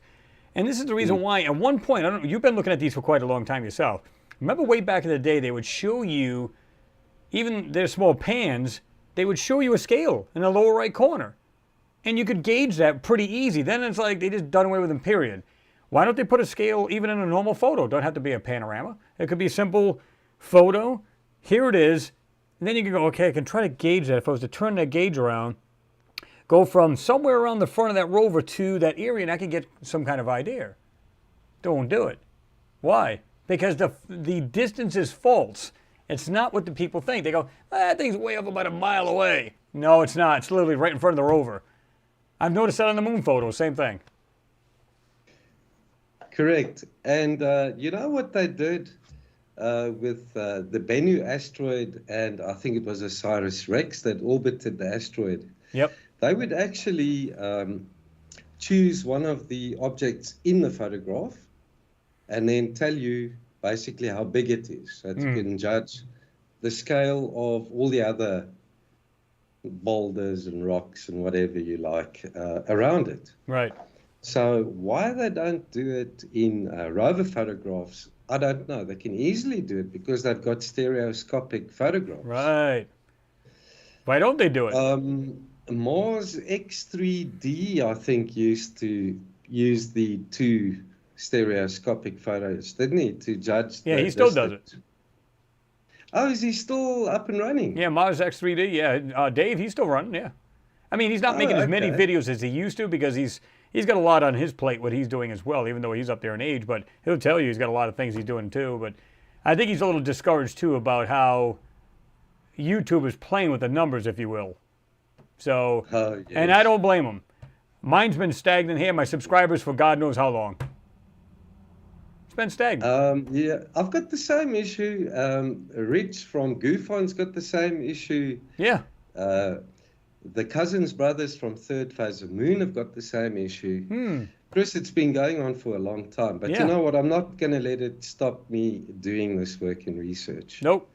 Even if it's not reaching, say, 1,000 people, Yeah. I get about 400 views Yeah. on each of my videos. At least it's getting out there. Sure. But in the meantime, in the background, the database of anomalies is growing larger and larger and larger. And I don't just feature these in YouTube videos, they're also on my blog. Right. So, and there's also a massive database. It's searchable. You can actually go and search for anomalies in this database. So Sure, yeah. it's becoming harder and harder for the powers that be to deny this evidence at the end of the day. Right. So I don't care if my message isn't getting out there. Well, you kind of do in a sense because you're putting the work in. You'd love to see if you can get on a venue that said, oh, by the way, Jean, there's going to be 10,000 people watching your video today.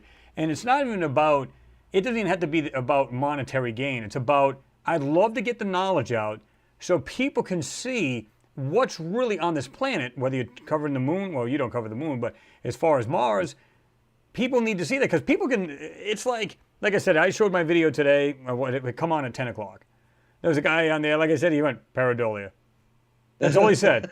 So I went, like I was explaining, I don't know how soon you got in there, but I was explaining, I'm going, wait a minute, this is Olympus Mons, it's basically almost the base, not right at Olympus, but it's kind of off, it's a scarp. And what was funny about it is you can see like sand and like just dirt and like you'd normally see on the side of a hill. And it's all coming down. And it's like, but this one area, if you would have taken it and flattened it out, turn it horizontally so it's flat, you can see what looks like squares and cutouts and it looks like stuff caved in. It doesn't look anything like the surrounding areas yet. Oh, it's pareidolia. I'm going, seriously? Your brain is that locked? It's that narrow-minded that you just can't figure that out? Go, why does that seem like that? Why does it, I'm seeing natural flow of sand and rock and maybe even moisture at one time, but yet that area is showing squares and rectangles and different shapes and like arch type things. Weird shit. It just doesn't make any sense. It's very similar to those strange structures down in Antarctica. Also, this weird sort of terrain with these things sticking out.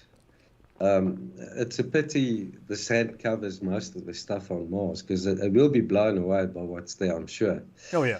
But yeah, I know what you mean. What can we do? We'll get the skeptics and the trolls. Oh, it's a given.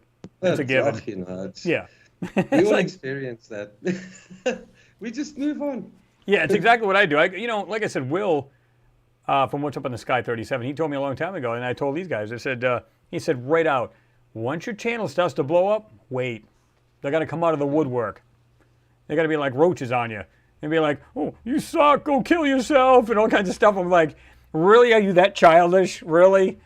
And they're not willing to accept it because it's something, and I don't really blame them, because let's say they happen to stumble on your video because maybe it's suggested. So they're looking and going, this guy's out of his mind. What the hell is he talking about? They're freaking rocks.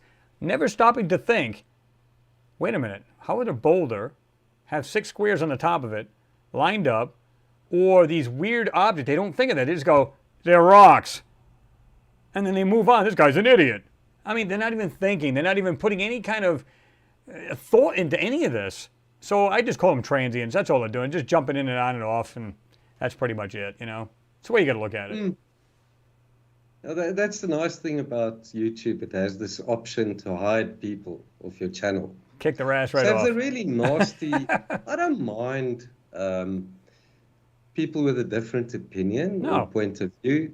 But as soon as you get personal, right, or you use swear words, yeah, I'm done. Or you're nasty, I'm done. I'll just hide you off my channel. Just kick them right off and block them. Be done with it. And it just encourages me to continue doing what I'm doing. Right, because for all you know, it could be some like insider or something like that from NASA just trying to discourage you, like, oh, you suck, go kill yourself. You just don't know. So it's funny when you think about it, you go, and if it's just regular people, again, they're like standing around, just walking around with blinders on, don't care to even investigate. So if it's nothing on the topic that you like, why even click on the video to begin with? What's the point? Now, I have made believers out of some people where they go, dude, and I love the way they say this sometimes. They'll be like, dude, I so thought you were full of shit. But then the more I watch your videos, I went, what? They were just totally blown away. They couldn't believe it. I think also coming in as a new viewer to a video, you don't have the background. Right. We've presented evidence and facts and up to a point. And if you fall in the middle of the story, you're not going to know what the plot's about. Yeah. So if you're open-minded and you're new to a certain topic, you'll do a bit of research. You'll check, oh, this is interesting. Let's check out what these people are doing. Yeah. And then that's how you grow into that. That's how I started in the beginning too. When I first tuned into Will's YouTube channel, I was also like, what? Yeah. And then I looked at his older videos. And then I got to a point where I said, yeah, this guy's onto something, yeah. And then I started doing the research myself. Yeah. Like I said, I was the same way. Like, I'm not going to remember his name now, and I've mentioned his name more than once on my channel, but it'll probably come to me in a little bit. But there's another gentleman from the UK who would do these videos. And like I said, I'd watch both Will and him. And at first, when you first see these, I'm the same way. I was like, is this guy on the bong? Has he been hitting the bong again? What's going on with these guys? But then I went, you know what? Let me give him a fair shot. That's what it's all about. Let me be open-minded. Let me see what else he's got. And I go, wait a minute. So when Will was doing his videos, like I said, one time I just looked and I went, let me back this up. I backed up the video and I said, he was showing a rock, what looked like something sticking out of it that looked intelligently made, and that it wasn't just all rock. I went, okay. But then when he went back, and he came back out of it, I could see like outlines of something, but was nothing there. You know what I'm saying? It was like Casper. That's why I said I used the term, it's Caspered out. You can see Casper the friendly ghost, but he's transparent. Not all the way. So I'm going, okay, picture something, let's picture a structure of your house. Let's say an outline of your house, but it's not solid. But I could see the actual outline of these things in the dirt. And I'm going, wait a minute, I'm onto something here. Let me just see something. I decided to start checking it out. Well, that failed. Let me just see if it's something. Maybe it's the way I'm trying to bring it out. And then one day I was just kind of like using a burn tool real lightly. And all of a sudden something popped out and whoa, what the hell is that? Totally popped out of this photo. And I went, so there's a photo because of their Z stacking that they're doing. There's something on the main photo and they're overlapping the same photo that's almost transparent and they can take out anything they want to. This is what we're seeing. This is the reason why you're able to drag out things in the original photo through the other copy. That's the only way I can describe it. It's the only way you can explain it. Because it does in fact Z-stack. It Z-stacks these photos, these areas. And like I said, if you got an outcropping, it'll take 4 or 5 pictures of that same thing. But it gives them the ability to have the original and then stack another copy on, and they can do anything they want to that copy. And that's exactly what they're doing. Yeah, look, Adobe Photoshop is an extremely powerful photo manipulation tool. It's got cloning tools, it's got healing tools, it's got the blur. You can do anything. You can do anything you want to it. It's incredible. Yeah. And yes, I've seen them. I've seen them do it. And remember that photograph?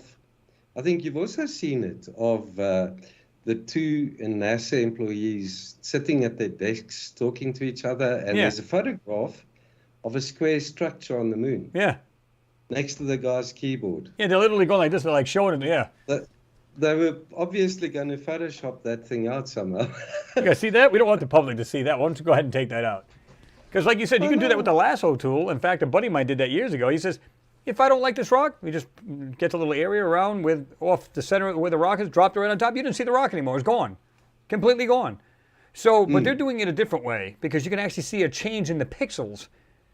It's never 100% unless you can kind of smooth it out a little bit, put a little something, kind of smooth it out.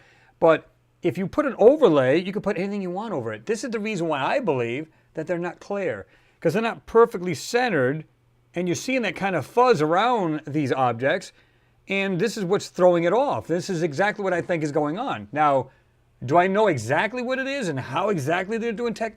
Probably not. But you can bet we're pretty damn close when we're guessing about this stuff. It makes you think, why do they even go to that trouble? Why don't they just archive those photographs, and why don't they leave them? That they don't present them to the public at all. That's what I would do. Well, see, here's the thing. It's like I've been asked that. I've been asked that question 100 times, and I go, listen, we are not the first people to see these photos. They're geologists, scientists, and I'm talking about NASA and these higher up people. These are the people that are scoping this out. So when you take it and you put it into a software where, what's that one you can do online? You can see the authenticity of the photo and you can see if it's been manipulated. You can put it on there. So the real information of that photo has to be in that, and that you have to see all of the data. It's all going to be there. What camera? What's the flash on? What kind of zoom? Multiplication? Blah, blah, blah, blah. The list goes on. Tells you what kind of camera, what model, so on and so forth. I could do it to mine. So if you put it online and you see that, there has to be some information on the basic photo, the original photo. But that doesn't mean they can't put all kinds of trash over it. So the people are seeing the real photo, which I'd love to see, and then they're giving us the overlaid copy over it, and they're putting it on. Here you go, public.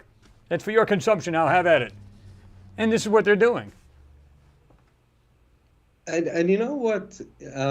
I'm a graphic designer and web developer. That's what I do for a living. So I work with photographs and images every day. And sometimes we have to change a photograph or make it a little more, more business-like. Remove the background and put in a business type of environment in the background. That sort of thing. Right. And what these people at NASA don't do is they don't use the lasso tool properly. They actually use the square cropping tool. Yep.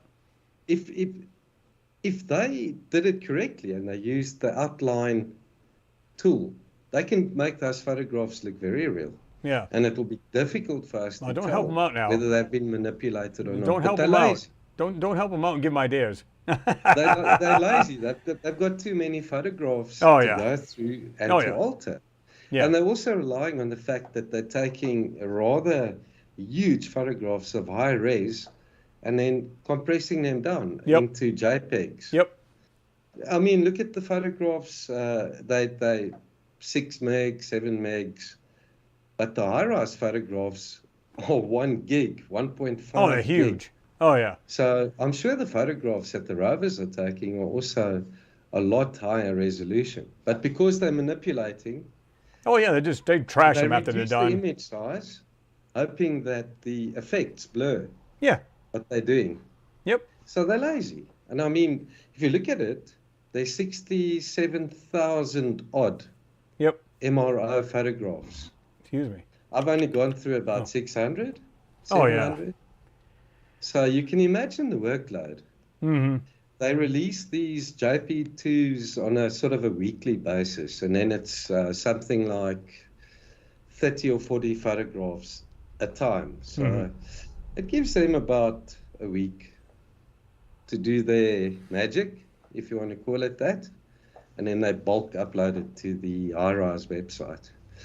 But I don't see that extent of photo manipulation in those photographs Right. as compared to the rover photographs. On the ground photos, yeah. Yeah. Yeah, because the rover photographs have got a lot more detail, obviously because it's on the ground and it's right there. Yep. And taking the photographs from orbit, I mean, what are you going to see Yeah, exactly. I mean, on the ground? Only the huge stuff.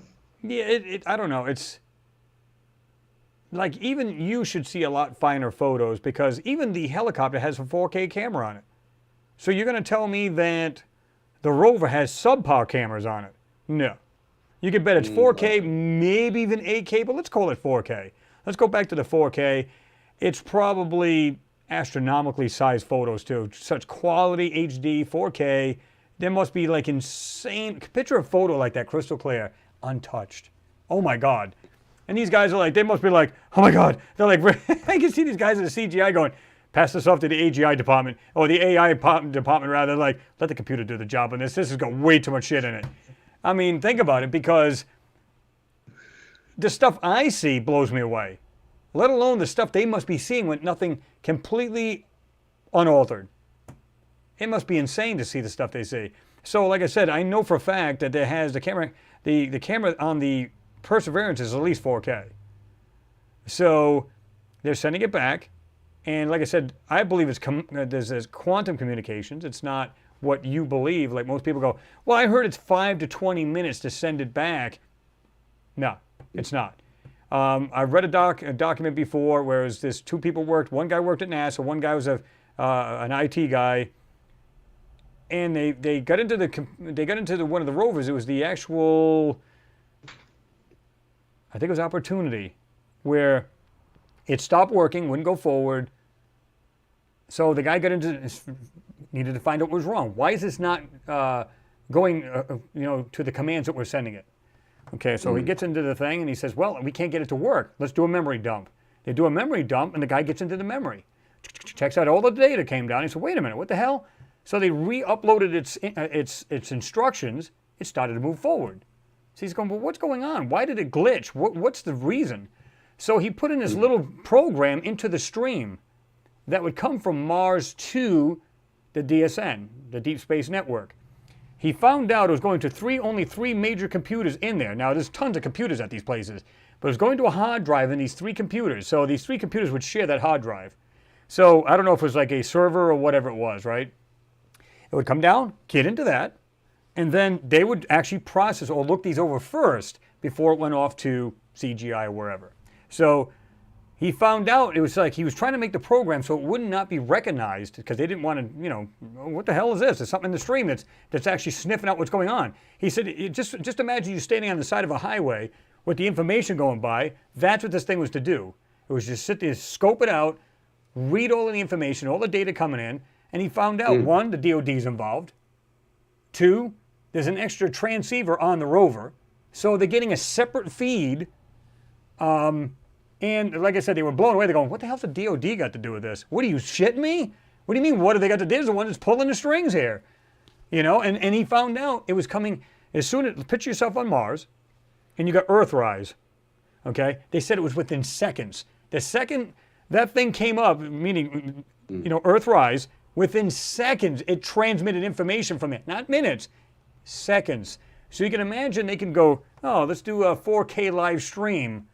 Yeah, of course you'll have a buffering area, because it's going to take time to get there. It's still seconds no matter what. Even if it was a minute, for crying out loud, who cares?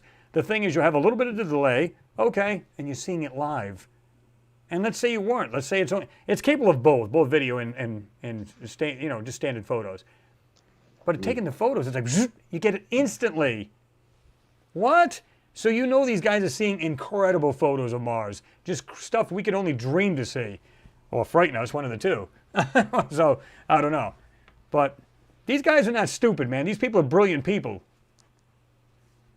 Yeah, Chris, it's interesting that you mentioned the instant communication via quantum physics. Hollywood even covered this in, there was a series of Stargate where these people got trapped on a spaceship that was heading out of the solar system, and they couldn't stop it. And they had these stones. One was on Earth and one was on the ship. Right. And they were using some type of technique to communicate directly between the two in real time. So there's a lot of disclosure taking place in series and movies and documentaries. It's just, they make it so difficult to believe, because there's always true fact and then there's disinformation, and they keep toggling between the two. It's like, gee, this is real, but then something else happens, and then, oh no, that can't be. That's just sci-fi. Yeah. So I don't know what's going on. They want to inform the public, but yet on the other hand, they don't want to. So are they trying to test the waters to see if we'll fall for a fake alien invasion one day, or I don't know, psychopathic, narcissistic behavior? I don't know what they're trying to do, Chris. I don't know what your opinion is on that. The disclosure scene is absolute nonsense. I mean, if you look at it, To the Stars Academy fell apart. Luis Elizondo, he isn't as popular as he used to be, and he doesn't talk about the threat aspect of it as much either. He talks about the spiritual side of it, though. Which is, the consciousness side of things. Right. Like the CE5 type of stuff. Right. So what are they playing at? I don't know. What's your opinion? Well, I've mentioned, we've talked about this many times. It's bad. Let me just get this nail. I mean, well, what's funny about it is I've always told these guys, and by the way, Kyle, thank you very much for your support, brother. You said crystal skulls they were talking about, because we were talking about the ancient civilizations earlier. So what I find interesting is that I've said this before, that these guys, they love to embellish. They love to embellish. It's like every time, every year, or at least every 6 months, something new comes up. I'm going to add this to my story. I'm going to add this to my story. Why? Because I got to sell more books. I got to sell more things. Now, what I do like is I just finished dropping these, using Dropbox. I just dropped off the photos to Billy Carson. He's done that documentary on the Black Knight satellite. So I'm in that as well. And they had like regular questions we were doing, and plus I was doing a B-side kind of thing where I just regular talk, just him and I just bullshitting. And what they would do is they just take different pieces of that out too. So I gave them my enhanced photo of this Black Knight and these other blanket photos, and gave it to them. And there was probably like 7, 8 photos in all. So they're going to use it like in a almost like a preview type thing to show the people what's in the video. So, and that kind of thing is just weird, because that's supposed to been around for, who knows, people are saying 36,000 years, whatever, I don't know. But I don't know the true nature of that, but I do know that during that STS mission 88, because it was STS 088, and of course they have different picture numbers too to boot. But this is when they were taking these modules, and they were making, with the shuttles, they were taking these modules inside the shuttle bays, and they had what they call trunnion pins. These trunnion pins would sit in the walls of the shuttle to keep it locked into place. And of course, the doors would close. Well, there's blankets on each of these. One of them just happened to come off. But what they're not telling you is that while they were taking a picture of that, they caught something else. That's the whole thing. But there's more to it than that. There's much more to it than that. So, but when you really analyze this, you go, well, it's nothing more than a blanket. Okay.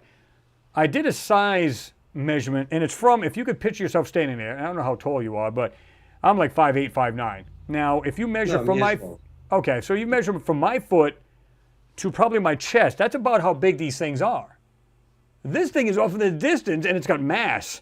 It's not a flat blanket. You can see the difference between the blanket and this object.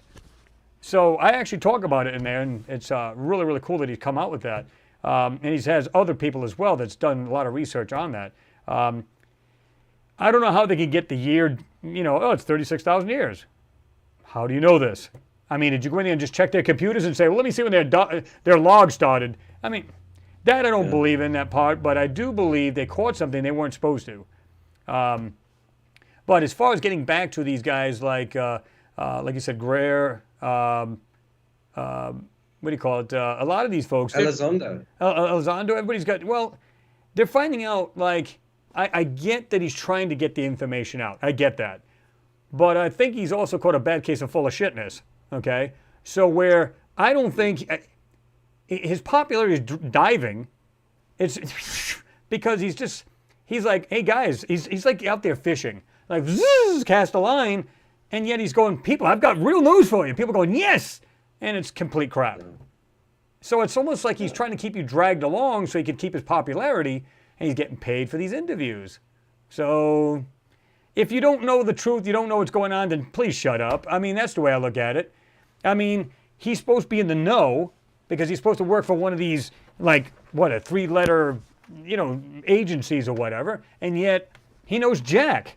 So, as far as I'm concerned, a lot of people go, if they don't want anybody to know, why would they allow him to just spout off? You'd think they would have already died a fiery crash already, you know what I mean? It just doesn't make sense. That's right. What has he brought to ufology? Nothing. Absolutely nothing.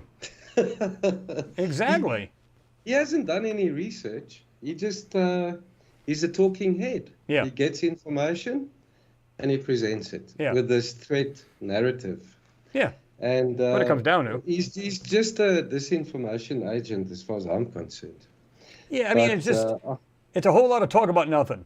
I mean, let me get your take on this. Why is it that every time we see these photos of these UFOs, it's infrared, night vision? It looks like they shot a picture through a potato. What do you think is going on? Do you think some people go, how do we know it's not a drone? Like when you see these infrareds or these night vision, it looks all you see is just a bright orb. How do we know that's not something with lights on it? It could be red lights and it's distorting it and it's making it look bright like it's a UFO. What are your thoughts on it? Do you think any of those are real, or do you think perhaps some are bull? Chris, Rich from GoofOn, I don't know if you follow his work. I do. I like Rich. He's done a lot of research into these anomalous UAP, so-called UAP craft that the TTSA and all these people have been releasing.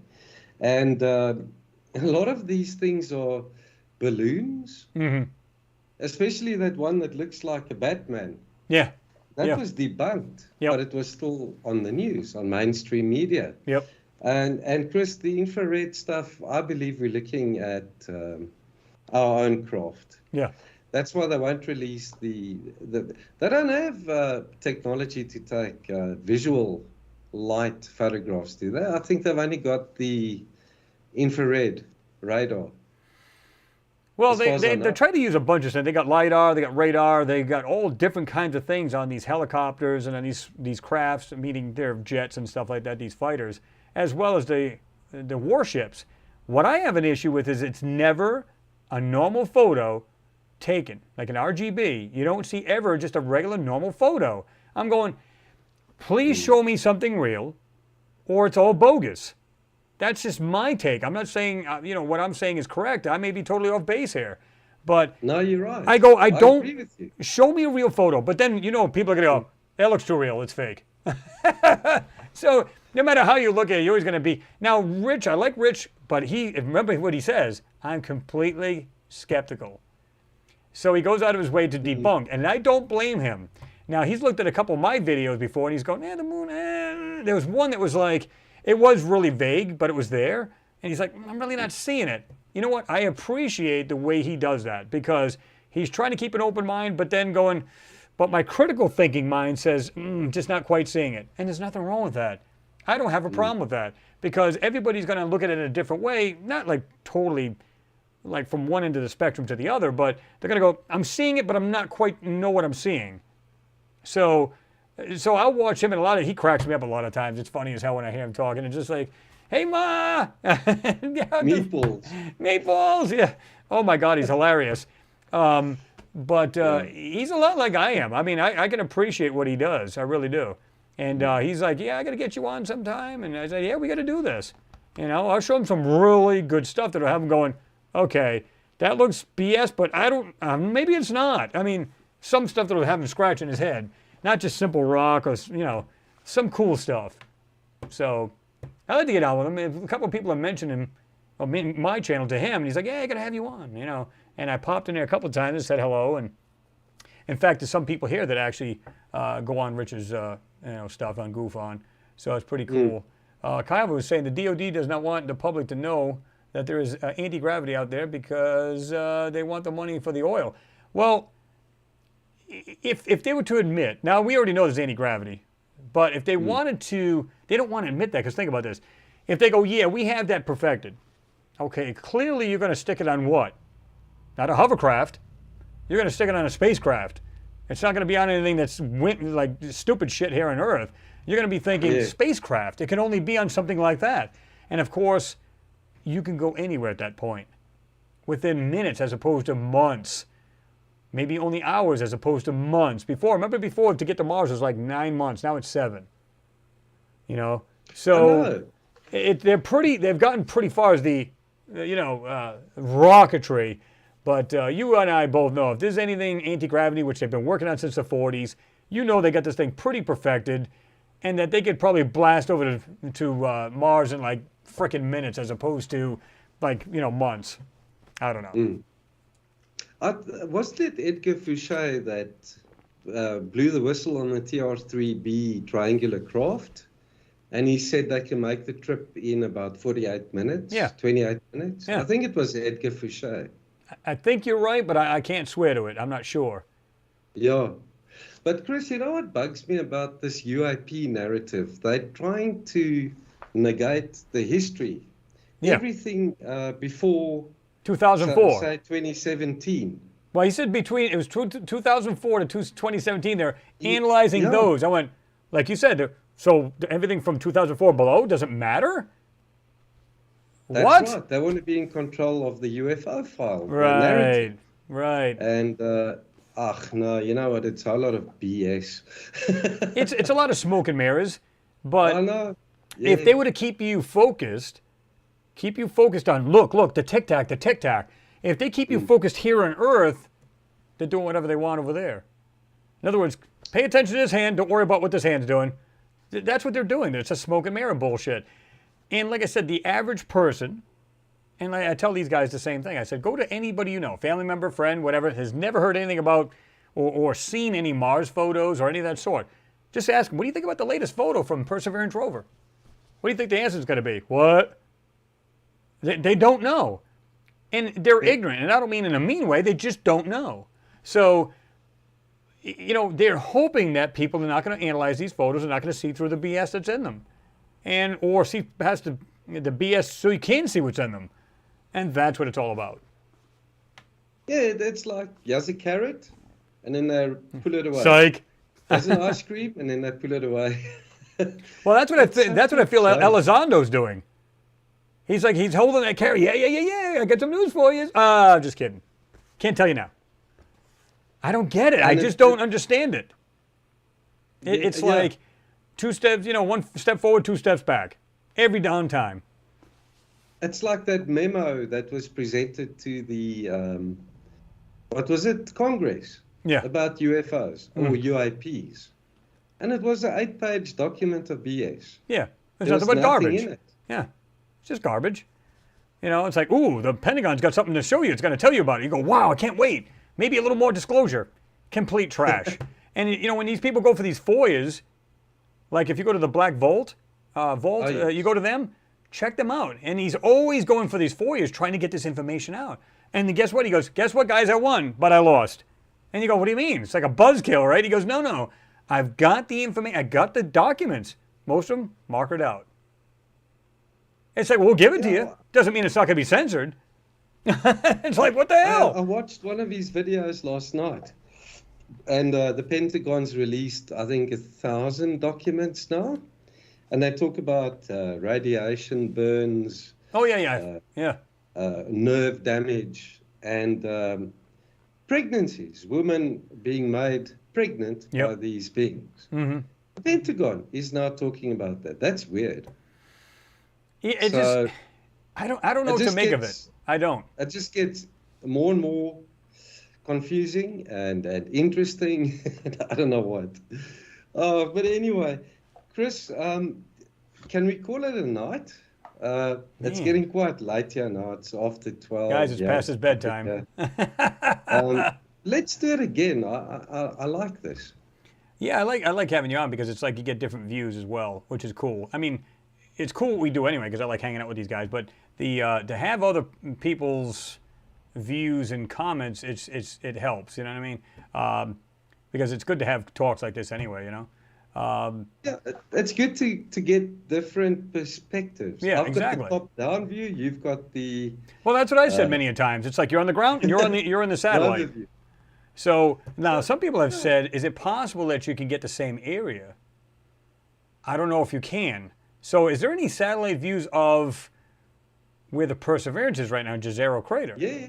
I was going to say, there should be a few. There should be some photos already. In fact, I've seen one, I don't even know if I want to call them real photos. I mean, it showed the 2 craters. It shows down, but it looks so CGI'd. It's sad. It's really sad. Chris, the resolution, like I said, they say it's 25 centimeters per pixel. And then they say images or objects of, say, a half a meter will resolve. So any small anomalies will just break up. It will just pixelate. You won't see any detail like you do in the rover photographs. So that's why it's important that researchers like yourself look at the rover photographs and then the top-down views from orbit. We need to get a bigger picture. And I think the research that you and Joe and Jimmy, myself, and who else there's a couple of other people, everything's finding little nuts and bolts. And eventually, we're going to be able to start connecting the dots. But at the moment, it's almost impossible because everything's decimated. So, but I believe we'll find that magic. Well, I pretty much been saying the same thing. I said, I mean, what it comes down to is, like I said, it's like just picture you're putting this huge puzzle together and you're doing your bit to get the pieces out that you have. I'm doing what I do. Will does what he does. Put them all together in your mind and you can get a somewhat of an idea what either A, happened to Mars, B, you can see some of the stuff we can pull out of these photos, and then you go, okay, so I already have this vision in my head. There was a catastrophic event. Stuff looks like it's been washed over by either water, wind, all kinds of turbulence. It looks like some of the stuff's been bombed. It looks like you see bombed craters in some of these photos. And so when you stop and you put it all together, you go, some of these people go, I feel so bad for what happened to Mars and the people on it. Because you can see the decimation. You can see what happened.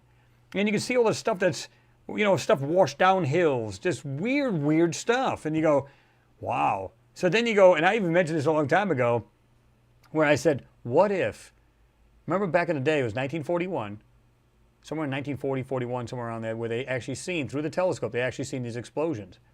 Okay, What happens if that was that us that did that? Tombow. I think the guy's surname was Tombow, yeah, Tombow. Tombow, yeah. So what happens Yeah. if, imagine if we did that? What if there was a civilization that we knew that couldn't protect themselves? Mm. And so we'll take your technology, we'll take everything. I mean, on a smaller scale, we do that here on Earth already. We'll just take Oh, what we yes, want out of your absolutely. country, that's all. So Yeah. how do we know? I don't think I'd do that because it's a civilization, you guys can coexist. Or they kill themselves off, or they were warring with somebody else. But if that's the case, I kind of throw it out the window because unless these other, we'll call them aliens, these other aliens came and bombed Mars and killed them all off, you go, okay, well, that kind of makes sense. Maybe they've been warring for years, but why wouldn't they just come to Earth and then just say, hey, we'll just take over you too? But maybe we were more advanced, we have better defense. I don't know. To me, it's pure sci-fi if you really think about it. We're stepping into science fiction right now, but what killed that planet off? Was it something they did to themselves like we could do here on Earth? I don't know. It's just really weird. Was it something that come from outer space and killed the damn planet? And maybe those explosions they seen, maybe it was an equivalent to seeing like a rock hitting one of these nuclear power plants here. But they said it was mid-air, wasn't on the ground. So, Chris, if I may add to that, I think there were multiple catastrophes. Some of them could have been natural, others were alien in nature. But it's a combination of a whole lot of different things that happened, I think. Look at the nuclear explosions that Dr. Brandenburg talks about. yep. The huge explosions Tombow saw in the 40s. Elon Musk wanting to nuke the poles of Mars. I mean, it's crazy. Mars is the planet of war. It's known Always has as the been, planet of war. No. So, Chris, we can only speculate, right? Well, I mean, you speculate according to what you're seeing in these photos, right? You can only say, okay, you can see things that look like been torn apart. You can see things that look like they've been washed over. You can see things, I've even seen things that look like something we'd see here on Earth, like automobiles, just weird shit. And you're going, that doesn't make no damn sense at all. None. Or does it? Look at the capsized boat. Yeah. That I featured a week ago. Yeah. Yep. You're just going, but it's crazy. It's crazy unless you think of it this way. And I've said this before. What if we had these planets were both alive at one time thousands of years ago, meaning prior to our knowledge, and that we were going back and forth? Something killed that planet off, but before they knew it was going to happen, they came here, and we are who we are today. Or this was going on, and somehow that planet destroyed itself, and they said, well, looks like we're not going to Mars anymore. But I don't know. It's pure speculation, but it's just like, what would explain them having things like we have here on Earth? Or would it be the other way around? Because when we went to Mars with the Viking lander, a lot of these orbiters that were just supposed to just orbit, and then they didn't care if it died after that, as long as they got information. What about the ones that orbited and they found these things? Picture the Viking lander landing, seeing some incredible things, and they look just like we see here. Maybe, again, pure speculation, maybe they saw something and they go, what is that? It looks like some kind of thing. It's got wheels on it. Maybe it's something like what they get around in. Who knows? Oh, hey, that's an idea to build a car. And I don't mean like the Model T. I mean something that's more modern, and they got the shape from it. Aerodynamics, so on and so forth, but maybe in a way that they weren't powered like we have combustion engines. Maybe they were powered some other way. We just don't know. People go, come on, man. These people are like the Jetsons. They were flying around, and how do you know that? Look at the technology we got today. We're going to be spacefaring, and yet we still have the wheel. Chris, have you seen that anomaly I featured a while ago that looks like a Delta craft? Yeah. It's about 20 by 20 meters, and then it's got those two slots at the back. Yeah, I did see that. Like it has ailerons, or what do you call those things? Standing on top of a huge rock. Mm-hmm. I mean, that thing, could it be a drone? Or was it, I don't know, something of ours that parked there, or did it crash there? It doesn't look like it crashed. No. It's in pristine condition. It's sitting there on the edge of this cliff. I seen that, and that was pretty cool. I was like, damn. What is it? Well, I mean, even the Baltic Sea anomaly. what was Have it you back seen in? that anomaly I found on Mars? Yeah, yeah. What the hell is going on? Well, when you It's- see, There's parallels between well, that's what I was going to say too. Is like we're seeing a lot of similarities. Why? technologies. Yeah. Yes. So when I did the Yeah, very it's- first video, and I said cars on Mars. Oh my God, I got flambéed on that. But here's the thing. Some people said, wait a minute, it actually does look like that. And then I had one, I called it the smoking gun. It looks like, and I did this myself. In fact, I got the photo right here where, see if I can, I probably won't be able to get it out of there though. Nope. I got books and everything else on top of it. I don't feel like pulling everything down. But I literally took the photo to work, showed my boss. He doesn't know anything about this crap. He could care less. I said, I set it up for him. I said, I got a black and white photo. I want you to look at it. Just tell me the first thing that pops in your mind what it is. Yeah. And he goes, okay. And he goes, and he kind of laughed at me like, oh my God, what am I getting into? So I showed it to him and he's going, he starts laughing. I said, what are you laughing about? I said, keep in mind, there is no right or wrong answer. He goes, okay. So he's looking, he goes, it looks like an Army Jeep. And that's exactly what every answer I've ever asked anybody, that's the answer they come up with. Is everybody got pareidolia or is it actually what it looks like? So then when you look at that, then there's another one on the hill. It looks like a modern day car like we have here. I'm going, how are these things in the photo? It makes no damn sense. None. And that row of Army Jeeps It's just weird you shit. and It just Joe. doesn't make any sense. also covered. Yeah. Yeah.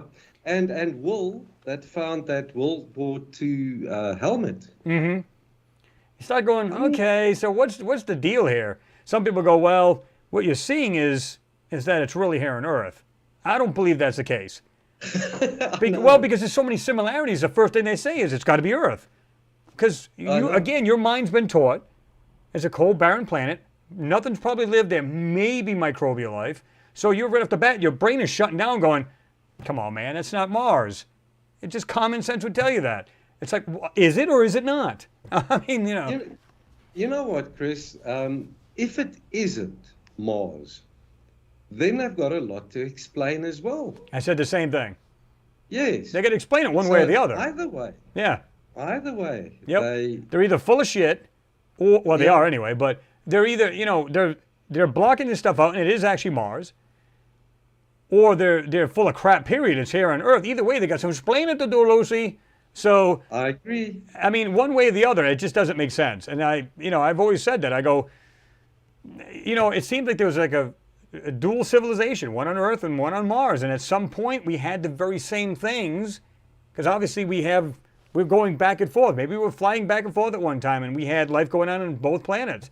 And for some reason, this is the reason why we see a lot of similarities to the things we see here on Earth. That's the only explanation I can think of. Unless, True. People say Mars probably cooled before Earth, so it had life on that planet first. Who knows? Maybe we seen a pending doom, or we killed ourselves off, and some of us escaped here to Earth. I don't friggin' know. I don't. know. It's cool to speculate, but we don't know for sure, right? Yeah. So, All yeah. right, Chris. All righty. Well, good Shall having you we on there. I'm sure call it a everybody will. night? I'll drop off, and then you can still continue. Oh yeah, we're gonna do that. Okay. But yeah, he's gonna be taking off, folks. He's gonna jump off this bad boy, and I don't know if you're even seeing the comments, are you? No, I haven't watched. I'll go through them. Yeah, he's. I just want to take a body break when I hang up here, and then I'll come back and I'll check the comments. Yeah, that works. All right, good having you on there, man. Anyways, Chris, thanks for pulling me into that. Yeah, because I was like, appreciate dude, it. dude. I said, oh, he's jumping on now. I said, okay, we'll get him on there. I thought I'd take a chance. Yeah, it worked anyways- fine. So I'm glad you did it.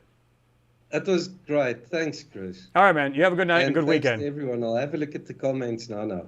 Okay. Alrighty. All right, man. We'll talk to you soon. Cheers for now. All right, cheers. Bye. Bye.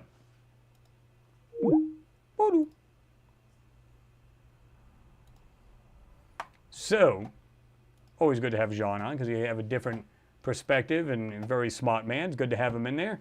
And I'm glad he did that because I wasn't expecting. He said, well, maybe we'll make it for next week. All of a sudden, dude. I'm going, what's going on? So I was like, cool. I'm glad he did that. So I'm glad he was able to jump on and do that. So Let me go do this. Where am I at? Oh, there he is. We'll do this. Bring it way back down again. So this way we're not taking up the whole darn picture. We can see this. I don't know if you guys have seen this. This is from Leland Vittert. I guess that's his name or whatever. It was on here. It says On Balance is the name of the show. It's live TV, so to speak. And it says, we're closing in on them. UFO expert on Pentagon findings. Now, I think he has, what was his name? Let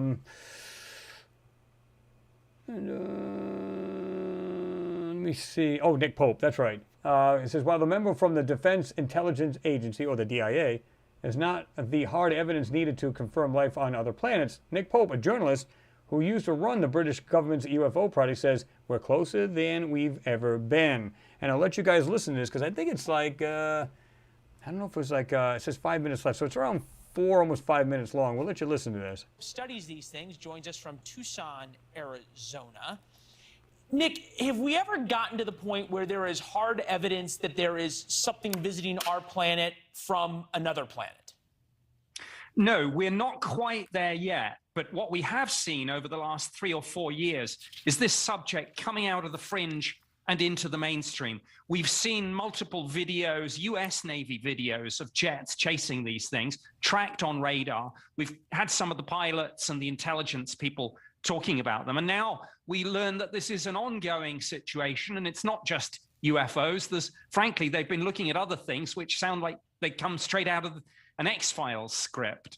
It's, when you hear pilots describe what some of these things can do, the Tic Tacs and the like, confirmed UFO sighting, Southern California coast, 2004, 2019 by 3 or 4 different ships, eastern seaboard near the United States, 2014, 2015. I have no idea what that map is, but we do have a graphic of where are they and what are they. Confirmed UFO sightings. There we go. Off the coast of Virginia, 2014 by the FA-18s and the like. What is the chance that these are nothing more than the next evolution of stealth fighters or the next evolution of things that are being tested at Area 51? And of course, the government's going to say we have no idea what they are because they don't want our enemies to know about it?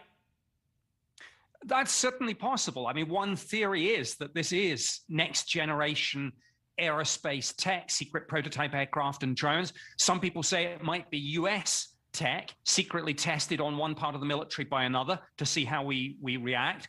And of course, there's another theory that this is adversary technology from Russia or China, for example. But, you know, the extraterrestrial hypothesis is out there too. And all of this is why Congress is now taking very close note of this. The Senate Intelligence Committee in particular, but the Armed Services Committees in both the Senate and the House are looking at this. There were multiple UFO provisions in the latest defense bill. So people are taking this seriously. You worked on this for the government of the United Kingdom. You were in the Ministry of Defense researching UFOs and if there was extraterrestrial life and the like. What do you think has changed now that it went from sort of the fringe people who wore tinfoil on their hats and stood outside Area 51 to now this? Well, I think there has been a realization that this is a serious defense and national security issue. And I think part of that has come from within Congress. People like Marco Rubio, for example, have spoken out quite strongly on this. But the other thing is we've just got a lot more evidence than was previously the case. We always knew pilots saw these things, but it's the DOD themselves that have recently put some of this on their website. And what we've seen recently is the Defense Intelligence Agency also doing massive document dumps, releasing, you know, literally thousands of pages on this, and there's more to come. Short of a couple of little green men landing on the south lawn or the north lawn of the White House and saying hi to the press corps there, or landing at the next Super Bowl and dropping in, what is the bridge between these videos and we know that whatever this thing is, it is not human? Well, I think part of the answer will be satellite technology. But of course, the problem with that is that all that information is going to be highly classified.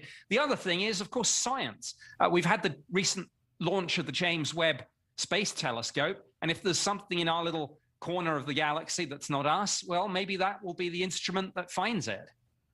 And right now, you would put the percentage chance that in the next year to 18 months, we have that link is what? I don't know, but much stronger than it ever was. I mean, we're closer than we've ever been, I think. If they're out there, we're closing in on them. And it will be the biggest discovery in human history, for sure. You said we're closing in on them. We just hope we're closing in on them faster than they're closing in on us. Nick Pope, fantastic analysis. We really appreciate it. And, you know, if people say hello to us, we'll be giving you another call. Thank you. Yeah, thank you.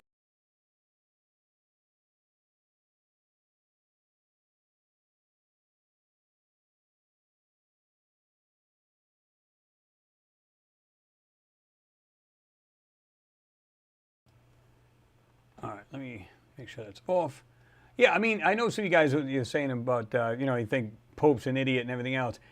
He's probably the only one, though, that I believe is more genuine than a lot of these other people. What do you guys think about the genuine? Now, some of you guys have said he's fibbed and he's something, because again, I think it's a lot of embellishment, but I don't see as much with him, with Nick, as I do like Elizondo and these other folks, right?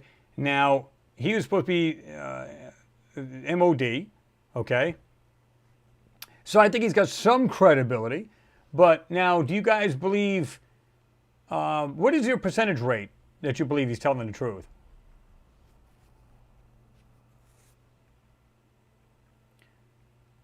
Big Truck, you said, Jean, do you have a channel? Yes, his is actually his name. So look up Jean Ward. You can just look it up in the search box on YouTube, and then it has filters. You can drop down a filter box, and it says, you can say channel, and it'll show you his channel. If you like, what he does is a lot of satellite views. See some crazy things from the air. I do stuff that's right from the rovers and some landers, but most of it's on the ground. He does from the satellite, so you get a different perspective. So if you're not familiar with Jean Ward, just look at his name. It is exactly that for his channel. And definitely subscribe to him. He's definitely a straight up guy, and he sees some crazy things. Some things, at first you're looking, you're going, they're like these massive, what look like massive megalithic boulders, but then you see these weird things. It's almost like, picture, you're looking down, you're seeing these large boulders. You go, big deal, they're boulders. Okay, but then you see a round one in the middle of every single one of them. Now, what's the chances of that? And when I was talking earlier, I saw one that he had done a video, and he has like a bunch of, there was like 6 squares or rectangles on top of this one boulder. I went, this can't be natural. So it's almost like they're trying to hide themselves from the air. You know what I'm saying? So it's almost like, picture Flintstone houses, and but they actually they're living inside them, and they're more high tech, but it looks like just nothing but boulders from the air, right? Really, really weird.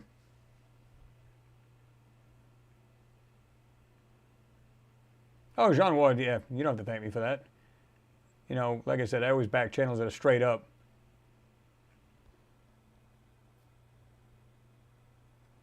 Leslie Ann, you said, I'm ex-vet, Dad was in there. Okay, Royal Air Force, Chris, and he knew Nick Pope.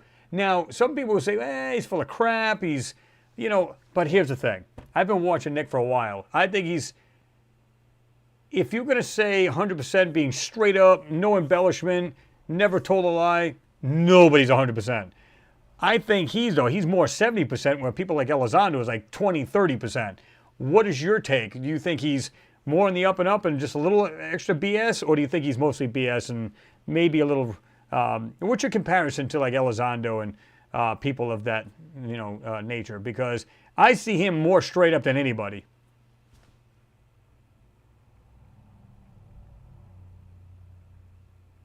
By the way, Kyle, I wanted to thank you again for your support when you said about the crystal skull, so thank you. I appreciate you. Josh D said he was a receptionist at a DOD job, though through his father, he never did UFO work, never had security clearance. I know this from the horse's mouth. He is making a living this way. Yeah, but I'm wondering, and I agree with you. I'm not disagreeing with you, by the way, Josh.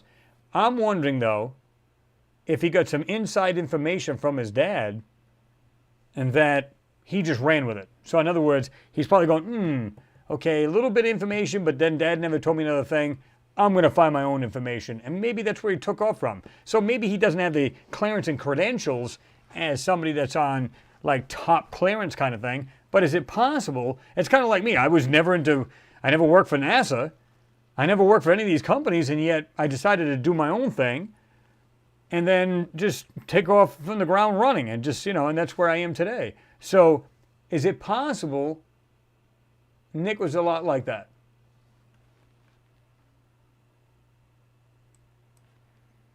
No, why does this thing keep moving on me? Hold on.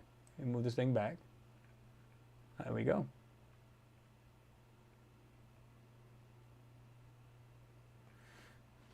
Almir, you said in 2 months, going to be alien invasion or nuke war. If alien invasion starts, you need food, water, gas for 1 year. Well, yeah, it's a possibility if that. See, they're always I think they're already doing the fake invasion, right? Because at that point when they're talking about the Tic Tac and some of these other UFOs they're seeing around, I loved how it said earlier. It said something about it was chasing a warship. Wait a minute. Let's see. Warship can go how fast? How many knots in the water? What do you mean chasing? You mean following? I don't know what they mean by chasing. It's not like the warship can do 180 miles an hour or knots in the water. So I was a little confused about that, but, yeah, it's just crazy, right? This one here. Former Israel, we've seen this before. That's Hayim Eshed. Former Israel Space Security Chief says extraterrestrials exist and Trump knows about it. Now, did they even have a date on this? Because this came out a while back. Yeah, this is actually 2020. But still interesting, if you haven't heard this, we'll go ahead and play this. This is only like 2 minutes. Aliens exist and President Trump knows about it. That's according to Israel's former space security chief. In an interview with an Israeli newspaper, he said the aliens have been waiting until today for humanity to develop and reach a stage where we will understand in general what space and spaceships are. NBC News chief global correspondent Bill Neely explains this one. Hi, Alison. Well, this is quite a story, and it comes from the man who headed Israel's space security program for nearly 30 years. Hayim Eshed is making the extraordinary claim that the United States and Israel have been in contact with a group of aliens for years, not immigrants, but extraterrestrials. He has called them the Galactic Federation of Aliens, and he says President Trump is aware of the existence of these aliens and had been on the verge of revealing their secrets, he claims, but was asked not to do so by the Federation in order to prevent what he calls mass hysteria. Well, the retired general says the US and Israel have kept it from the public because, quotes, humanity isn't ready and the aliens don't want to reveal themselves until humanity can evolve, he says, and understand what space really is. Well, the good news is that he claims an agreement has been reached between the US government and the aliens, a contract to do experiments here. There's also, he says, a secret underground base on Mars where there are American and alien representatives. Now, this former head of a branch of Israel's defense ministry is 87. He was very well respected, at least until now. And he said all this in an interview with an Israeli newspaper in Hebrew, but it's really taken off after parts of it were published in English by the Jerusalem Post today. He says he's come forward now in the hope that his news will be accepted as true. He notes that if he'd made these claims 5 years ago, he would have been hospitalized, but now he says, I've got nothing to lose. Well, so far, President Trump has not tweeted about this, though remember a year ago, he did set up the Space Force as the fifth branch of the US Armed Forces. Well, we did ask the White House, the Department of Defense and Israeli officials to comment. So far, they have not responded to the NBC News request, and I wonder if they ever will. Alison. Nina's got a lot. Anyway, so what do you guys think about that? To me, remember we were just talking about that. We were talking about there may be people on Mars already. There you go. And who knows, maybe there was this weird thing with getting Trump out that had something to do with that. Maybe he was going to blow the whistle. Of course, he would shoot his mouth off periodically and get his own ass in trouble, but that's beside the point. But what do you guys think about that? I mean, it kind of coincides with what we've been saying that, anti-gravitics, back in the 40s they were messing around with this stuff. There was chance that they were on Mars, and now we're seeing UFOs all over the place. Come on. I mean, we don't even know if it's our own traffic going in and out of our atmosphere, going to different planets and coming back. We could be spacefaring already, and we don't even realize it. So I don't know. Now, some of you guys would just, you said, Kyle, you said Luis Elizondo, 20%. Okay, Josh, you're saying his father was not Intel. Okay. Well, like I said, I don't know the guy personally, meaning I wasn't there. Now, but again, I wasn't working for NASA either. I just picked up on this. So maybe he just thought it'd be cool to get into it. Maybe it was a subject he really enjoyed or really liked and really wanted to know more, so he got involved. And then, in other words, it may be totally different from the DOD, right? So that's a possibility, because there's got to be something that triggered him to make him want to get in on it, right? Or at least to find out what was going on. Leslie Ann, you said 30%, Mr. Lou. Okay, I think you were saying that. Jean Ward, -2%. Ooh, that's not good. Third Eye, you said 90%.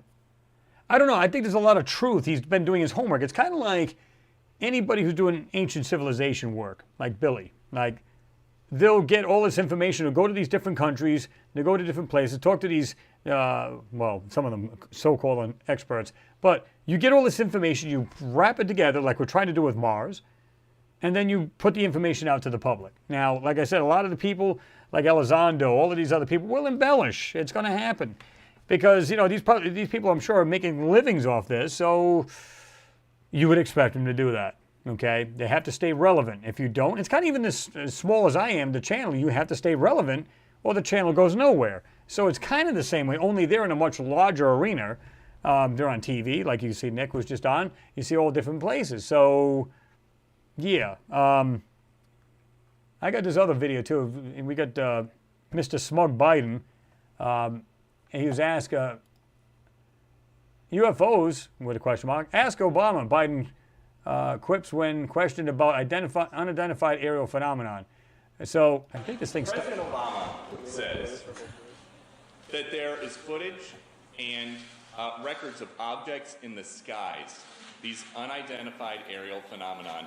And he says we don't know exactly what they are. What do you think that it is? I would ask him again. Thank you. Come on, Walt, let's go.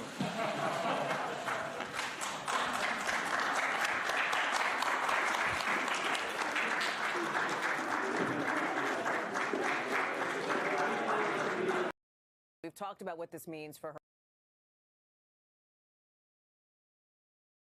And that's exactly the reason why the United States is a laughing stock. But it just goes to show you, just like he just totally deferred from it. You better ask him again. Instead of trying to be more realistic and saying, listen, I don't know much about it, it just comes off with this smug attitude, whatever, ask him. To me, the guy's a clown, right?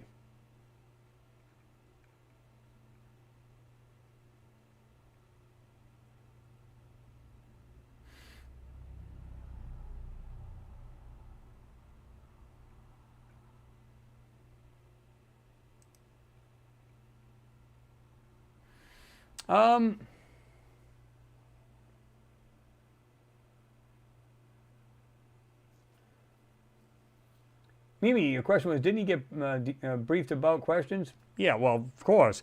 But, yeah, just the whole thing is like a zoo. It's like a three-ring circus with him, right? Somebody was just asking this question. I don't know if I jumped over this or what, but I don't know. Sarah Music, you got in there? I didn't know you were there. Good to see you in there.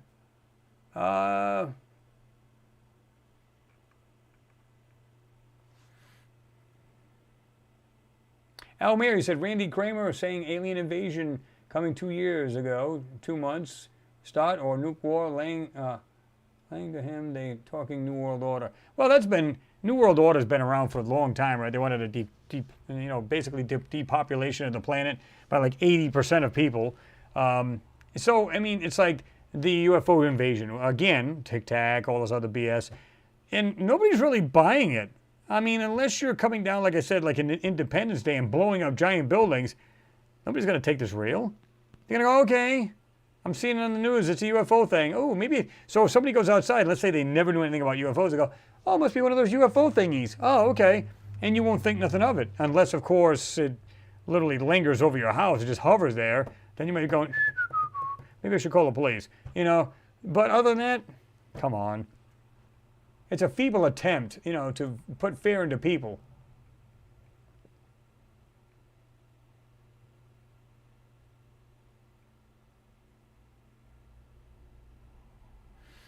Backyard Astronaut says, seriously, how do you think the pyramids were built? They were built by the Egyptians. However, they do say that they were built by with the help of the overseers, their gods or the people from the skies. That's written, that's fact. But yeah, the Egyptians actually built that. But it's, some say they built it with, you know, sound levitation, vibrational. But they do say that, you know, with the help of the overseers. They're basically, you know, people, you know, that come down and basically introduce themselves, whatever. But that's the way they put it.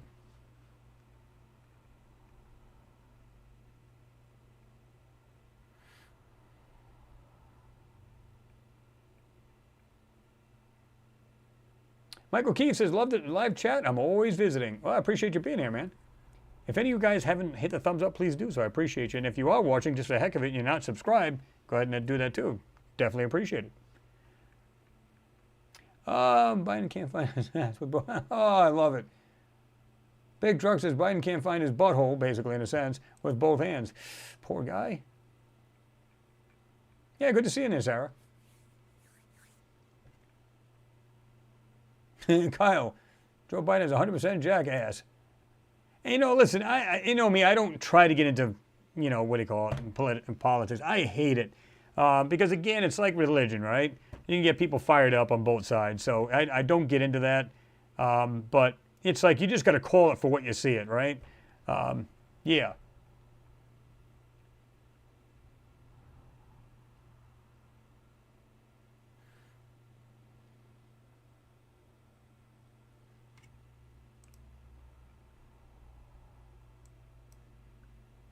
Let me see.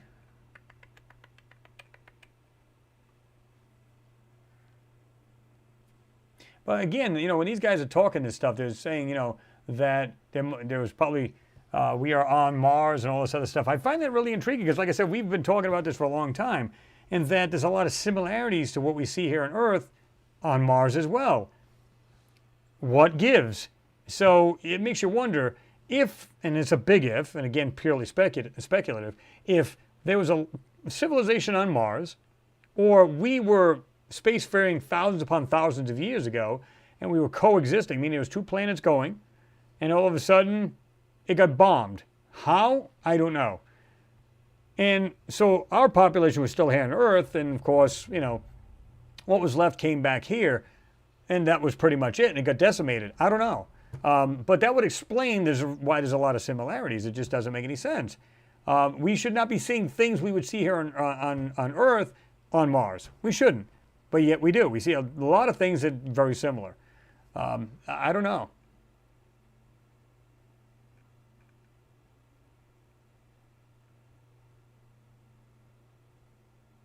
Martin Leach. Love your shows, Chris. Never miss one. I appreciate it, Martin. I do. It's awesome. Yeah, Sean, yeah, he said, yeah, did you see how Obama and Harris ignored him the other day? He looked lost, really sad. Yeah, and listen, let's forget about politics for a moment. If the man has issues, first of all, he should have never been put in office, and he should be treated for such things, right? I don't make fun of anybody who's got an illness or anything. That's not right. But knowing that this man has these kind of issues, he should have never been made president. It's as simple as that. So you know he's nothing more, well, every president's nothing more than a PR puppet. We know that. But you know there's other people, like, you know, the actual wizard behind the curtain. There's other people running the show. So they have to, because he's just like, you know, like at times he's lost. And it's not to make fun, he just needs help. And some days he's crystal clear and transparent, he's fine. And then some days it's like, he could be talking about what's going on in the Ukraine, and then all of a sudden, oh, did you see the birdies in the sky? They're very beautiful today. It's like, what the hell? It just comes out of left field, and you're just going, what is this guy even talking about? I don't know. It's pretty sad. I didn't see, did I say hi to you earlier, Steve? Steve Garnham? I didn't see you jump in there. Stoned Rabbit, I didn't see you either. Well, yeah, I mean, if you read the Stoned Rabbit, you said the pyramids were built by Enoch. Well, if you read the book of Enoch, of course, he talks about how, you know, he actually had, I don't know about the first, but it's basically an abduction kind of thing. He went up into this spaceship, and he was talking about a wheel within a wheel, and talking about how he got to know the people up there, and taught them agriculture, language, laws, all kinds of crazy stuff.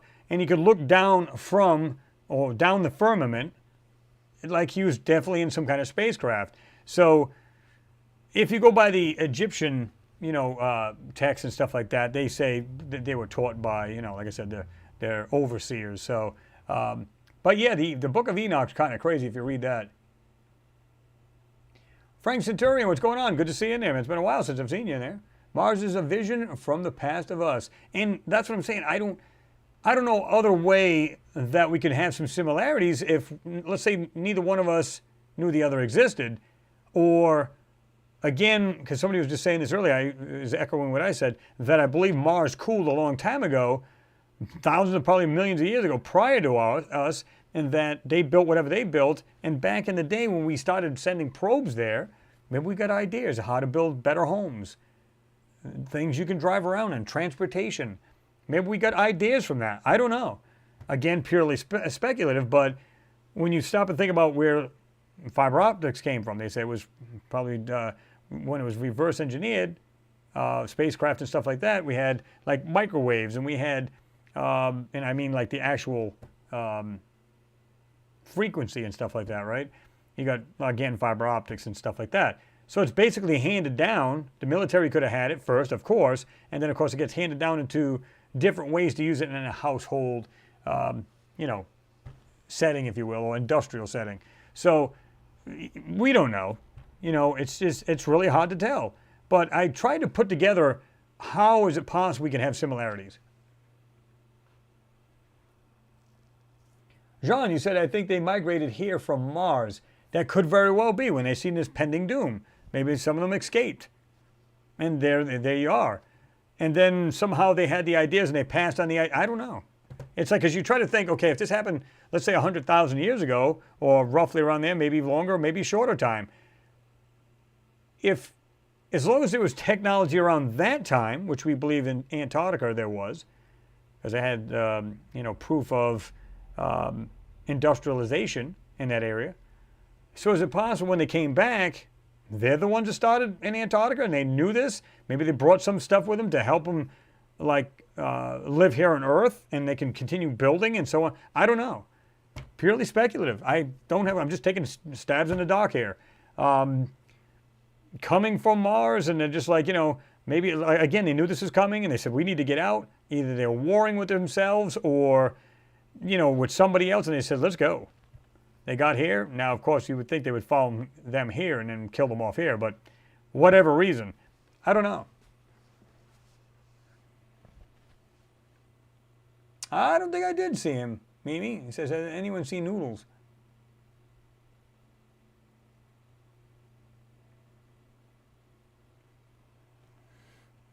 Frank, you said, I am on 3 weeks holiday. I wonder what mischief I can get up to. Well, it's hard to tell, right? If you put your mind to it, you can probably do pretty well. Michael Keefe, you said, sir, you are doing a great service to all of us here, and appreciate it and very much. Well, I appreciate that. But like I said, I mean, the cool thing about the chat here is that we all bring something to the table. Like Jean's got his own channel, and we just had him on. So he has his own perspectives, but totally different areas in South Africa, knows his stuff, does his work. I'm here. There's other people in different areas of the world. And they're putting all of this together. I've seen people doing stuff, I go, wow, I never thought about doing it at that angle. doing different, things to expose what's going on. And again, I know you guys got other channels you watch as well. Put it all together and you can come up with your own mindset. But usually, believe it or not, we actually have pretty much the same thoughts. Some will differ, of course, because maybe you've seen a different perspective or somebody else come up with something different. You go, oh, never thought of that. So the cool thing about it is we always bring something to the table. Sometimes somebody will say, hey, what do you think of this? Or, Chris, have you seen this? I go, no, actually, I haven't. I need to check it out. And, so we go over some things like on here. And if you guys want, we can actually check out this. We got a little bit of time left. We can check out this Gigapan, look at this photo again. Well, not Gigapan, I'm sorry, the last photo I enhanced on this today's video. We can check that out as well. Okay. I know, no noodles, misheard. Yeah, I haven't seen either one of them. Huh.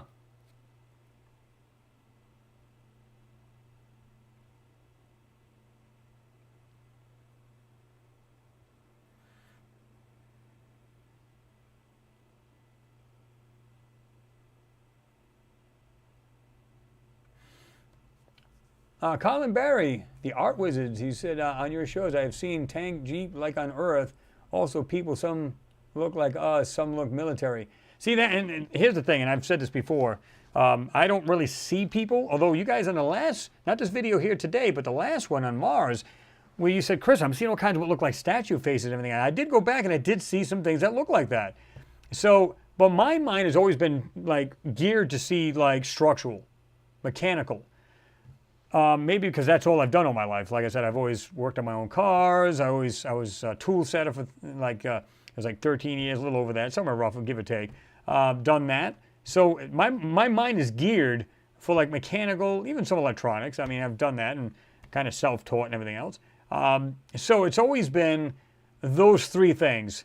So I can pick them out pretty well. Now, some people say, I don't see that at all. I see nothing but faces. Doesn't mean you're seeing things. It just means your mind is more geared for that, where mine is not, right? So it doesn't mean that you're wrong. It just means I'm not seeing it. My mind's geared differently, or wired differently. Call it what you will.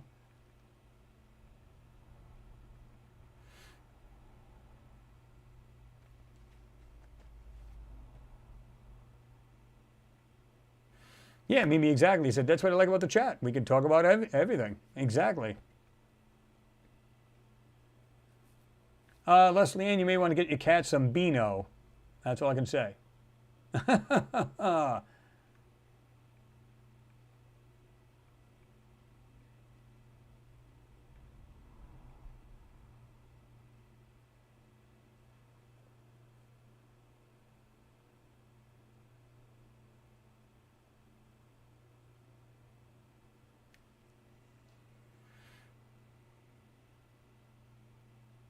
Exactly, H-1 AV, he said, yep. It's like we're all working on that 15,000 piece puzzle. Yeah, well, again, it's like everybody goes to their own channels, including mine. I do the same. And you see a different perspective, and you just, like I said, as long as it's decent information, in other words, it's not like some of these weird channels, Martian channels are coming out, it looks like literally structures from India, and they're saying, look, they're on Mars. I mean, totally fake, of course. Anytime you have a channel that you go, wow, I'm seeing something really extraordinary in this video. I've seen this, a couple of you guys send me links to these, and I'm going, it's totally bogus, dude. Because don't you think we would have found these photos from NASA? So what you do, the best way to do is just ask them for the actual official link from NASA or ESA. Doesn't matter where it's from. Ask them for the official link. I can almost promise you'll never get it. Ever. It's not like they don't have the time to answer. They just they won't do it. So, yeah.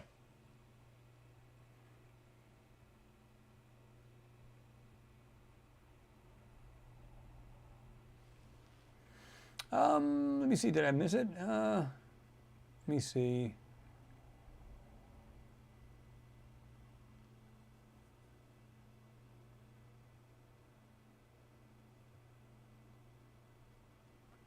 Oh, maybe I did.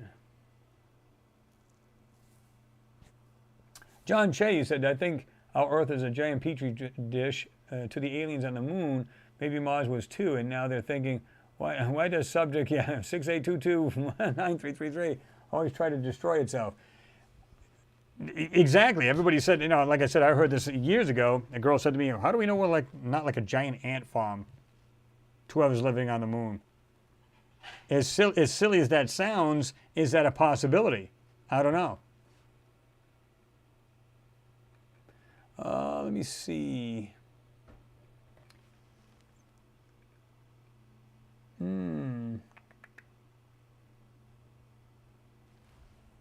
I don't think that actually happened, Leslie. And you said one more nuke war universe gone, because we're such we're just basically nothing more than a grain of sand in the universe, and it's very vast, much bigger than what we've seen as far as I'm concerned. It doesn't just stop like a brick wall.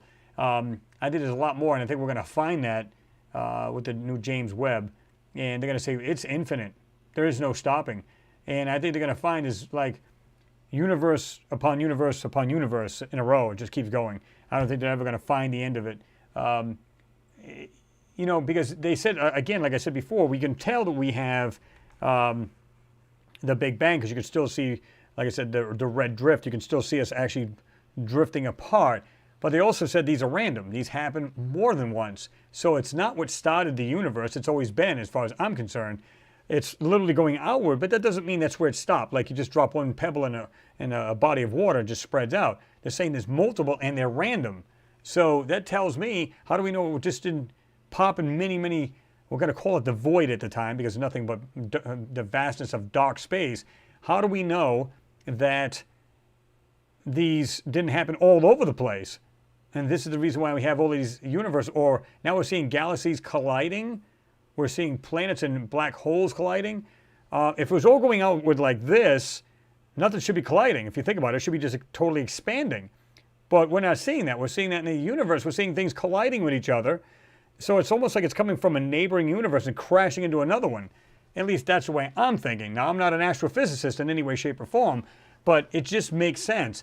If you would just keep going out like this, why is the other thing crashing inward? It shouldn't be doing that, right?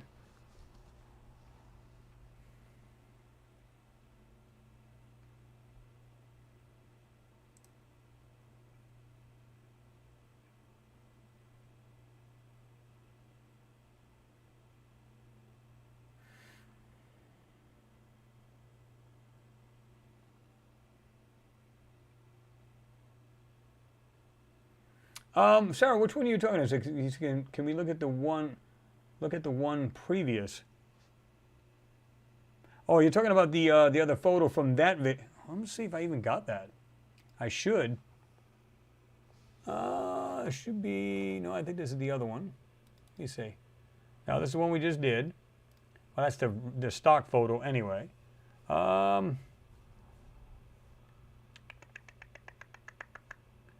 don't think it's this one either. Nope, that's the other pot. I was going to show you the sky in that one. Again, it looks like an airbrushing kind of thing. You can see the pink in the sky. Really weird. May not have it here. I might have already had it on the other hard drive and put that away. Ah, not good. Oh, that's the other one here we had done. Cool stuff. This is a different one. That one's way off in the distance. I don't know if I've got it.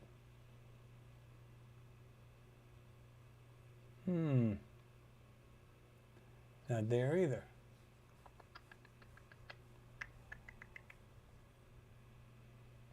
Nope, I must have it on the other hard drive. Because a lot of times I'll take them and I'll bring them over there. But this is the one we had just done.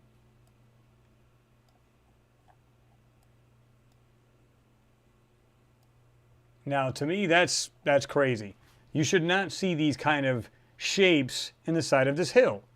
Now, again, like I said, I had this one guy tell me, like I said, pareidolia. Okay, we'll go with that. Okay. I'm seeing nothing but sand on both sides. Now, you can see there's ripples in the sand over here in the top left. Stuff like that. You can see all that. Over here, same kind of thing. Just some ripples and just ground and maybe some pockets of other garbage. But believe it or not, this is the same way. You can see other little pieces in here and stuff like that. What they did was, and if you really, really look, you can actually see other shapes inside this yellowish gold area. This whole area is like it's the same stuff you see in this area right here in the middle of the screen. What I also thought was too, I don't know if you guys have seen this, but remember I said right here, all in this pointed area right here, you can see it looks like things been blown apart and then like basically pulled apart. But look at this area right here on the very edge of this. This right here, that one, this one, and this one, it looks like sections of the ground has been blown up. Like it's been ripped up and it's been exploded outward. I don't know. That's what it looks like to me.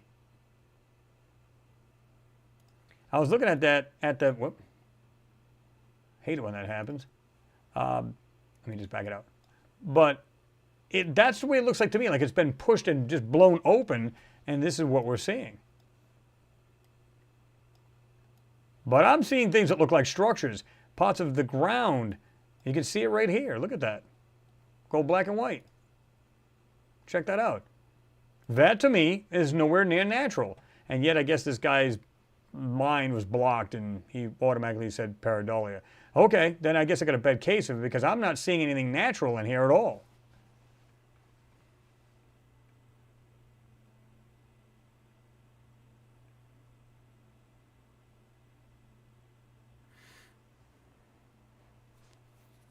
Colin Barry said, maybe the universe is breathing. You inhale, your lungs expand.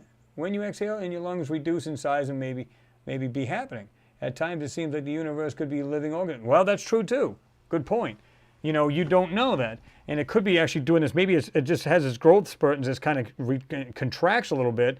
And maybe this is how you have this like collapsing in on itself at certain points where you see black holes and well, they're seeing galaxies colliding. I'm going, wait a minute. Again, if it's expanding, if you were to look down at the disk, so to speak, and it's expanding, then why do we see anything colliding? It's like everybody's sitting in a boat on the water, on the lake, and everybody just taking off in the same direction or going outward in whatever the way they're pointing. How is it possible you can collide with each other? You can only go outward as long as you continue that direction. How do you hit anything? Unless, of course, you hit something else. But you know what I mean, as far as each other. So it doesn't make any sense. But good point, Colin.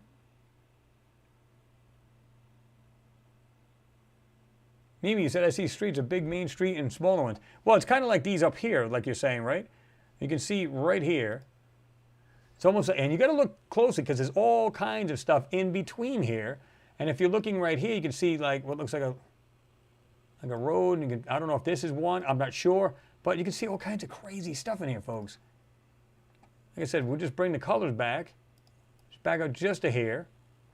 And, you know, I was going to say on there, I don't know if I even mentioned it, but some people say, well, you're seeing nothing but compression artifacts. Oh, are we really? Because this is what I was going to show you, was that, okay, if we look at this piece here, it's doing this, okay, we can see what looks like longer and shorter white pieces going this way. But here's the biggest thing. When I look at this, I see this in this direction. In other words, it's not like this in the same direction as you would see this down here. You don't see that. You see something totally different. It's like totally turned in a different direction. That's how you know that that's not true. Now, if everything was the same direction, nothing's changed, but just these alone, guys, I see what looks like cutouts. So is it possible, again, did they have like multi-layered civilizations? Or was this all solid at one time and it just caved in? It's like almost like a picture like a large reinforced ceiling metal and it just caved in on itself. I don't know. And the reason why I say that, let me show you this right here. Look at the shape of this area right here. You can see what looks like something like almost like an arch shape, and it echoes the same thing pretty much on top. Like this area here has fallen in from this half. Let me take the lines off. See that? I'll go to the original. There's the original right there. Go black and white, you can see that. It's literally, looks like almost the same shape as this piece is higher. You can see there's an actual shadow in between these. See if we can bring this up a little more. That's a little darker. See it? And you can see that. It simply doesn't make sense. It's like that pot, some pots have caved in, or it's just multi-leveled structures. That's the only thing I can come up with. Well, it's most logical. I don't know. And again, this area here, this looks like it's been completely blown apart. And pulled apart here, I don't know. Is it just part of that? And what we're seeing is it's actually part of this construction, so to speak. But this hole here looks like it's been completely obliterated. See it? It's not like these here, where you look at this section here. This looks like it could be multi-level, because look down here, you can see these other little faint, it looks like rectangular structures or whatever those are, and you can see these look like they've been twisted metal and been completely blown to pieces. What do you guys think about that? You've got your own theories. Let me do this. Let me get it back in the center, and we'll zoom back in. What do you guys think?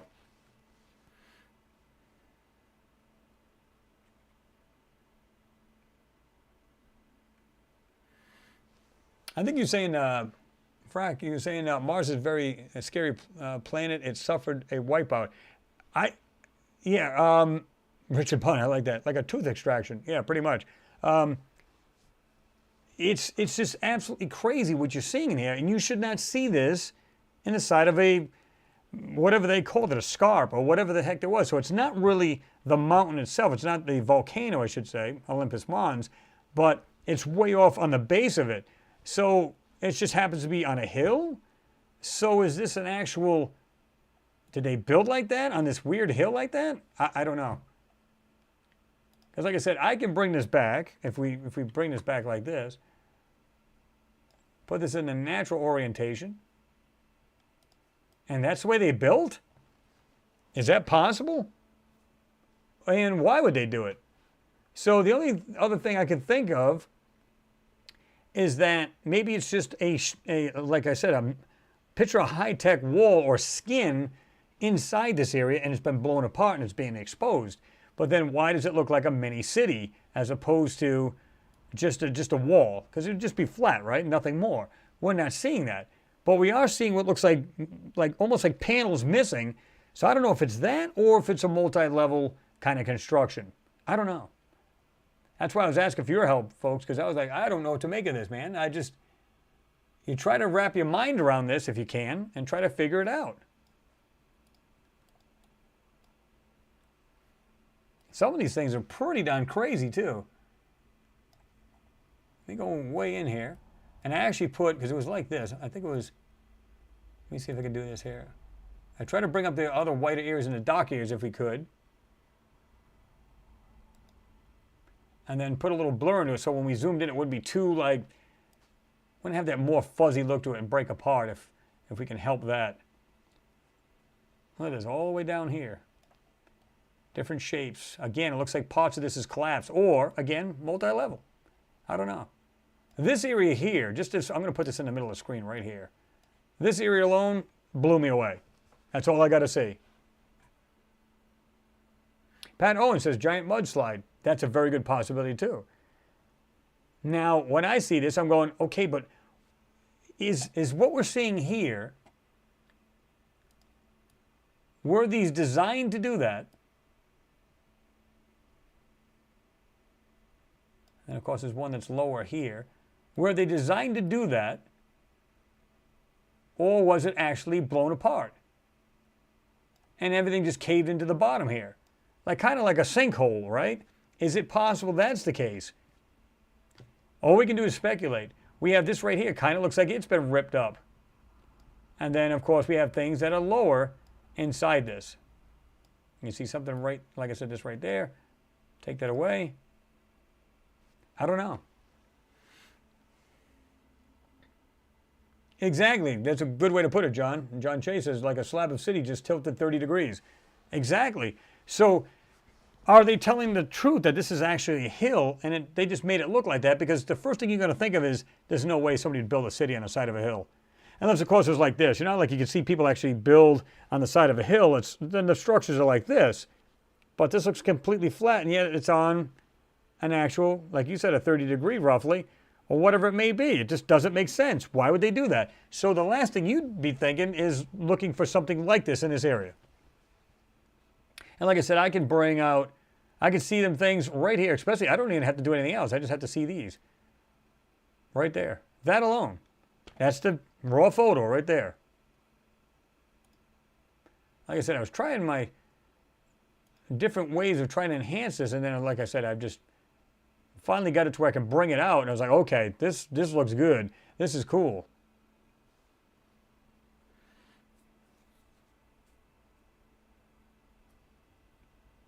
Oh, great for all it's taken. Oh, a couple of you guys are. I know because it is late in some of your areas.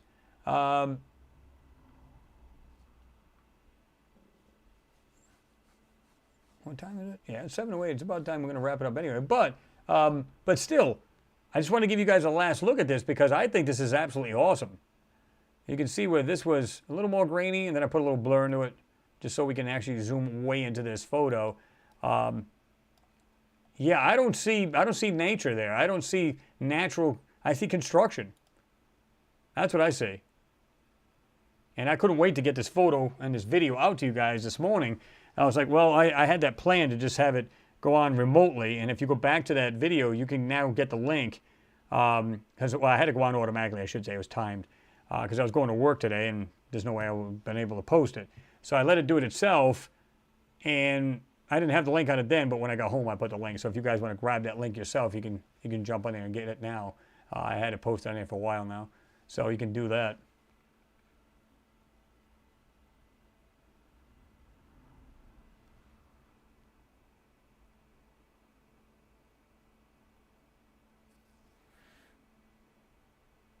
Leslie Ann, you said, no, it's not the right size or the right angle. NASA is usually full of BS. Yeah, it's just weird. It's like I said, I would not think in a million years to look for a structure on structures. It looks like hundreds of structures, to be honest with you, and might even be thousands. If you think of all the little specks and all the little things like in this area here, just this area here, like I was pointing out earlier. Forget about all of the other, what look like panels, but just all the little things. They're very, very, what's the word I want to use? They're very lightly in there, but you can see them. All these little specks down here. Look at the way this thing goes like this. We got something right here. It looks like a smaller version of this one here on the left. And it looks like a smaller one there. Yeah. Bring it up a little brighter. You can see that.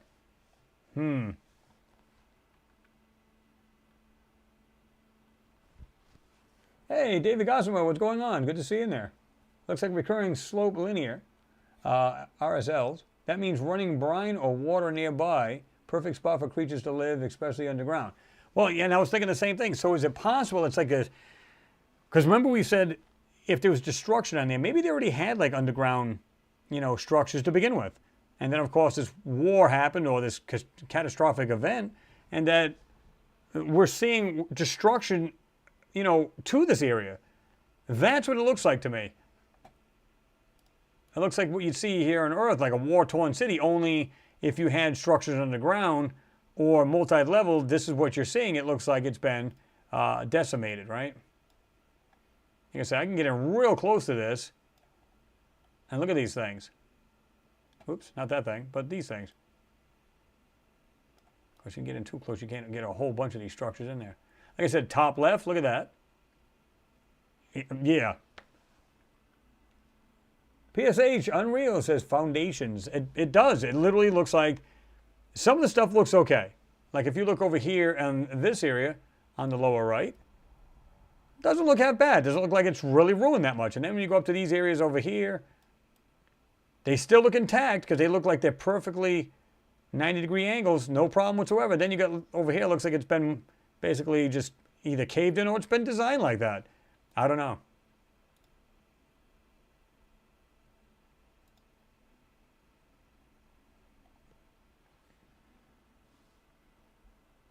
I appreciate it, David. You said excellent find. Yeah, I mean, I don't know. Gailish Jaden says pretty much your whole video is a smoking gun. In the bottom left corner, there's a structure there that has been partially blocked out, and you can see it blocked out near a tunnel, I'm sorry, like structure. Yeah, you can go down to these smaller areas. Again, this looks like it's been caved in. What do you guys think about this area here? Have a close look at that, and I'll do the color as well.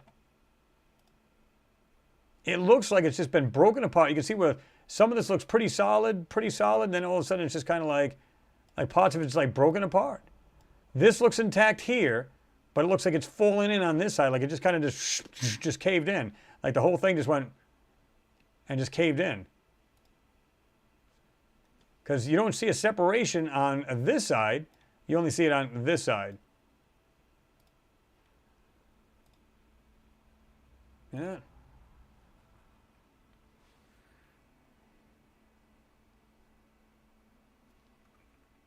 Yeah, Leslie Ann, I was actually saying, you said, could see a car on your video, Chris, white car, yellow.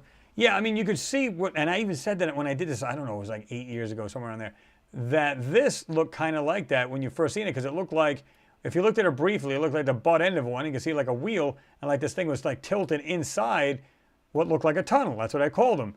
And these could very well be like, again, this is a wall, and this should have been all sand and everything else all over this, like you would see on both sides of this. And yet, that's not what we're seeing. We're seeing stuff that just doesn't make sense. And like I said, to the average person, do this. If you were to take this photo, show it to anybody, they go, it looks like a mountain. Okay, let's zoom into this. And again, I think they mess with these colors. They put like red, which colorblind people don't see. So maybe it further screws up their eyes.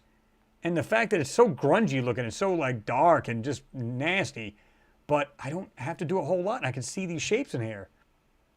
And this is the raw photo. I'm not doing anything to it.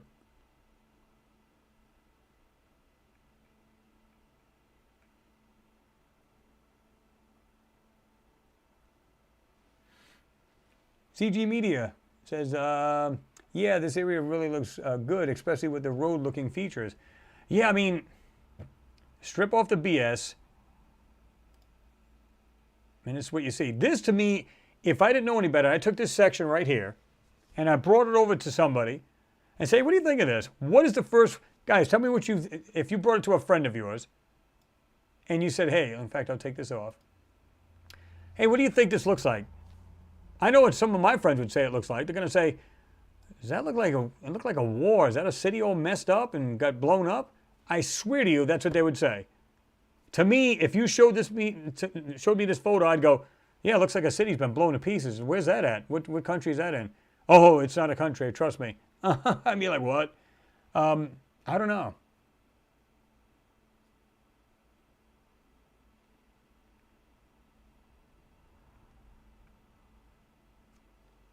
Renee V said, and then you see here probably only like, let's say 40% of. It's just that weird. Oh, Leslie, you do remember. Okay, you said, you did, Chris. I remember it. Yep. I love the baby color they use. It's just weird how they, again, it's to distort the photo. And if I was to give you, like you can't make out some of it because some of the colors, like let's say this area here, they'll put like an orangey kind of color, green over here.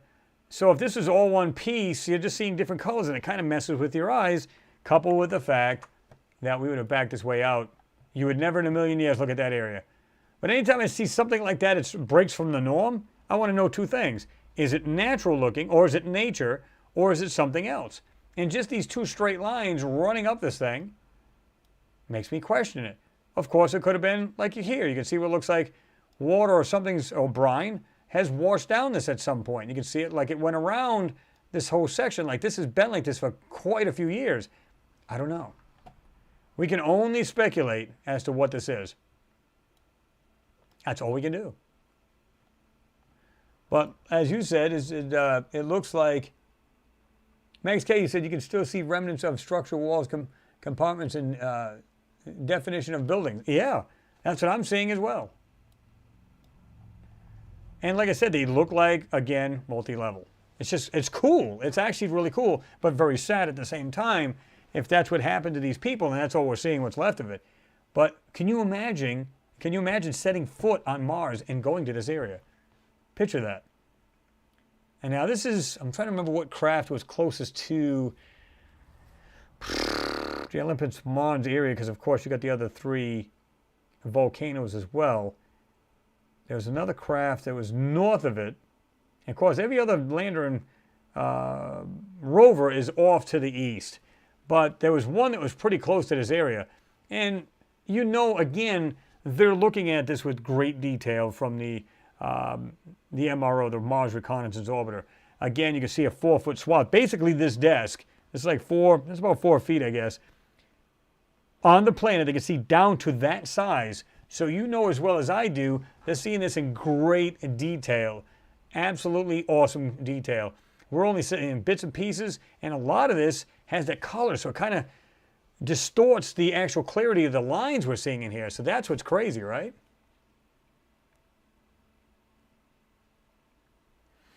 How's the graphs? There you are. He said, oh my God, hello everyone, I thought I missed it. Well, you're actually on the tail end of it, but glad to see you in there regardless. No toes knows. I remember it this time. Whoever bombed Mars must have really been pissed. Well, again, is it possible that they killed themselves off? Who knows? I mean, I don't think that would be the case, but because they would know what would happen. It's kind of like on this planet. We know what would happen if everybody just started pushing buttons. It's pretty much the end of the human race, right? So I don't think anybody wants that. David Gossamer, he said, semi-destroyed town. It's almost like, yeah, like you can see some things look intact and some things, maybe not so much.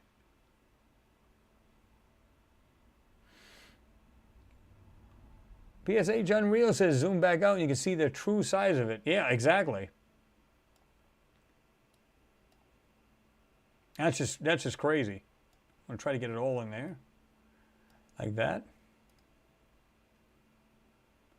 This makes it a little bit brighter, but not quite as many details, because I do really go to town to try to get the details out of this thing. But still, just that alone. That's Leanne, you said it's huge, LOL. Yep, pretty much.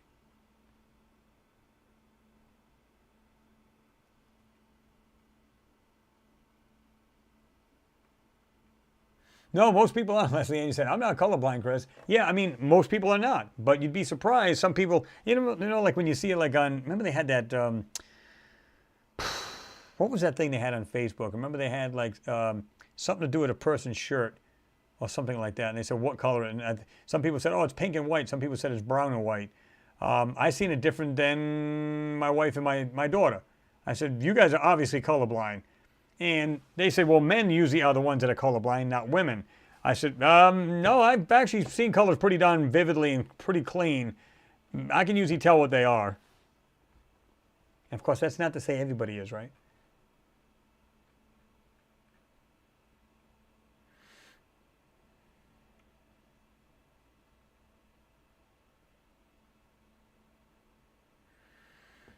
PSH Unreal says, humans move from planet to planet, sucking up resources, destroying ozones. Well, I don't think we're capable of doing that yet, but I mean, I know we are capable of probably going to other planets. Of course, they're not telling the public this, but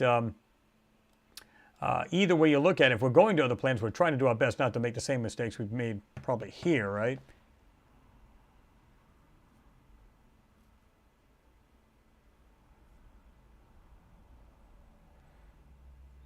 No, Leslie Ann, you do remember that. Yes, Chris, I remember on Facebook. Yep. That's true, too. See, CG Media, Space Leaf said, and Marsquake could certainly collapse that entire hillside. That's a fact, too. Absolutely. It could have been really bad. Of course, we don't see anything else ruptured on this hill. Maybe over here to the right of it, or down. Well, of course, if you put this back in its regular orientation, you'd see that's up and down as well. But is it possible that could happen? Sure, absolutely. Like I said, I could show anybody this photo and they would think it's a busted up city here on Earth. Now, if you show that to like you know, you show this to, you know, like NASA, say, well, what's up with that? Ah, you're just making this up. Dummy, it's not NASA, it's actually ESA. It's like, it's your photo. What are you talking about? So, yeah. Sarah Music says, hit like before you bounce. Absolutely, guys. Nail that thumbs up. I do appreciate it, and it helps with the algorithm, with YouTube. It's like any photo you guys see or any video you see of mine, just, you know, if you don't mind, just go ahead and hit the thumbs up. Because most of you folks are saying, oh, I hit the thumbs up before I even watch the video. Because there's always going to be something different. I try to bring something different all the time because I like trying to see what's in these photos. Now, I try to go back to some of the older ones because, like I said, the skills are a little bit better. We can bring this stuff out better. And it helps, you know, expose this stuff even better. Like, I think this came out better than the last time I did it, like 7, 8 years ago. So, it came out pretty good last time, but this is even better detail, and that's what makes all the difference, right? And John Jay says, so Tiamat is the asteroid belt now? That's what they claim, because, again, collision with other planets, whatever. And they claim that Tiamat was a large planet, and, of course, now it is nothing more than the asteroid belt. How true that is, I don't know. You know, there was something else on here I wanted to show you guys. Look at this. I'm not sure what this is either. It's just the way this thing is shaped. Right here. That's a big brush, but we'll go like this. Of course, you only see the corner of that, and then it's into the darkness. But check that thing out. What is that? It looks like part of that blown apart, but when you see that, see, it's got this. It's either a separate one here, and then this one here is, and maybe it's 2 pieces, see it? Oh, nice. Love it when that happens. Thing went off automatically. Booyah. Gotta use the remote. Love how remote control things just randomly go off by themselves. I love that. But I'm not sure what that is. It's like I said, it's part of the ground, or whatever it may be. Not sure. Alfie Joe Bob says 154 thumbs up. Bam. You guys are awesome. Pat Owen says, good night, friends. Got to take my son roller skating. Well, that's awesome, Pat. Appreciate you being here. You and your son have a great time, and don't hurt yourselves, of course. But good seeing you in there, man. Appreciate you being here.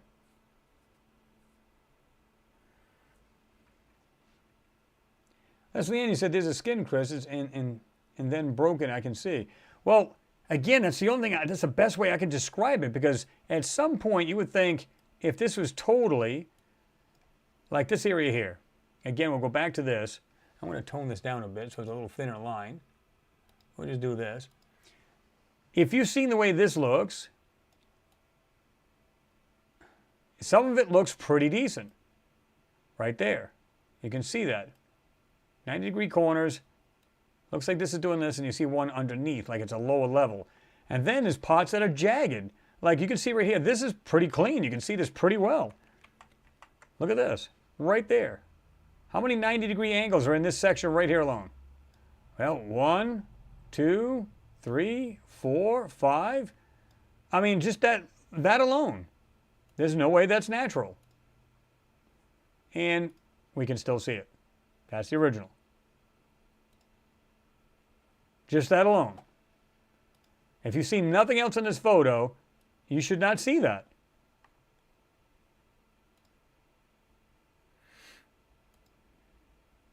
Yeah. Like I said, you'd swear that this was bombed and bits and pieces are broken off. But then again, some of it looks so clean that you go, well, maybe it was constructed that way. I don't know. That's why I said in my description of the video, I said it'll leave you scratching your heads.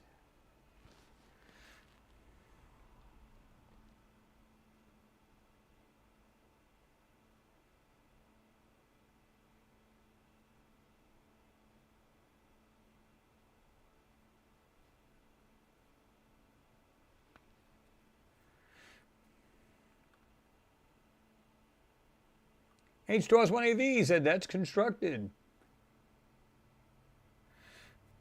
Max K says, or an explosion that pushed everything forward. Well, yeah, I don't. And the fact that this is on a hill, on a weird angle, it's even more bizarre. That's what, you know, but like I said, if I was to take this photo, I might actually do that, just print this out. And by the way, like I said, this will be on my Discord channel. I'll make sure I get this copy as well as the black and white, and of course you'll get the original link, so you can always check this thing out closely yourself. In fact, I might even do in close ones like this here as opposed to way out. Obviously, you're not going to be able to see that.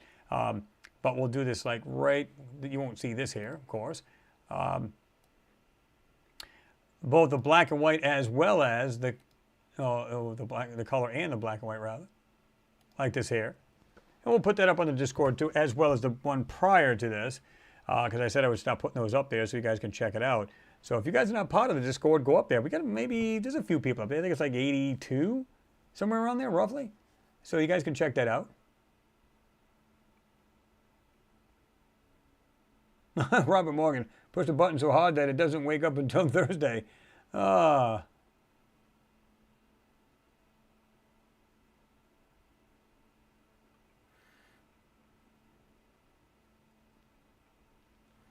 David Gosme said obliquely aligned radiators then penetrate into the ground, melting the ice. Note where the RSL begins. Mere meters from the radiator. Yeah, I mean, I think there's a lot going on in this photo to begin with as well, right? Because it's almost like, depending on how many years it's been here, of course we have weathering.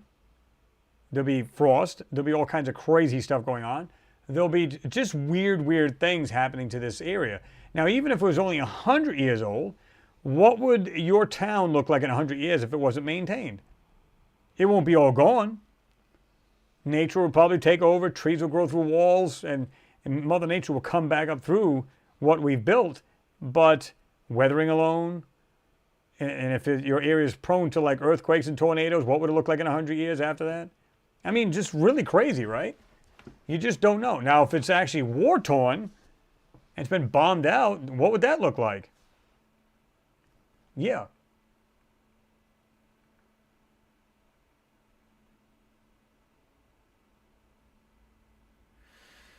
Oh, I think you were saying, Leslie, you said, I love the Ganymede. I think you were saying, right? Was that the one you were talking about? He said, got that on my phone. Huh.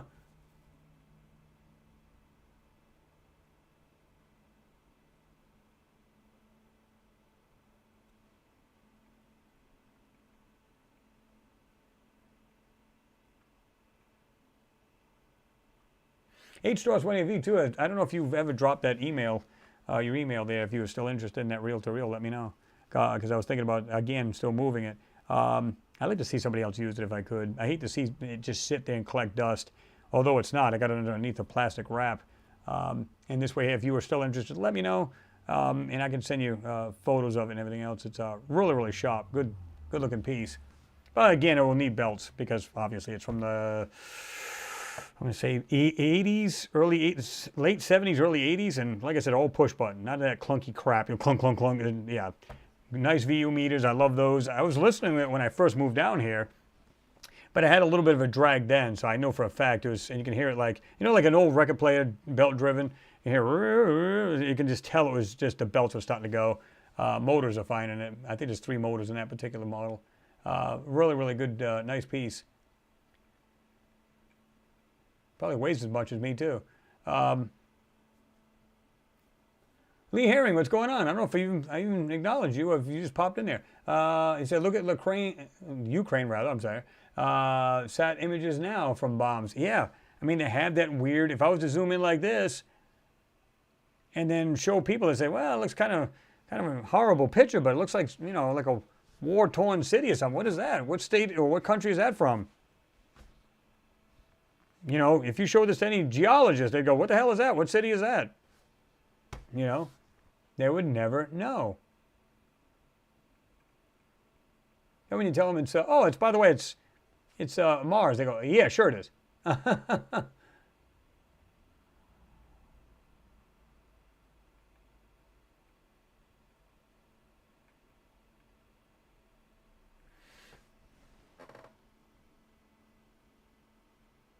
I have a good one.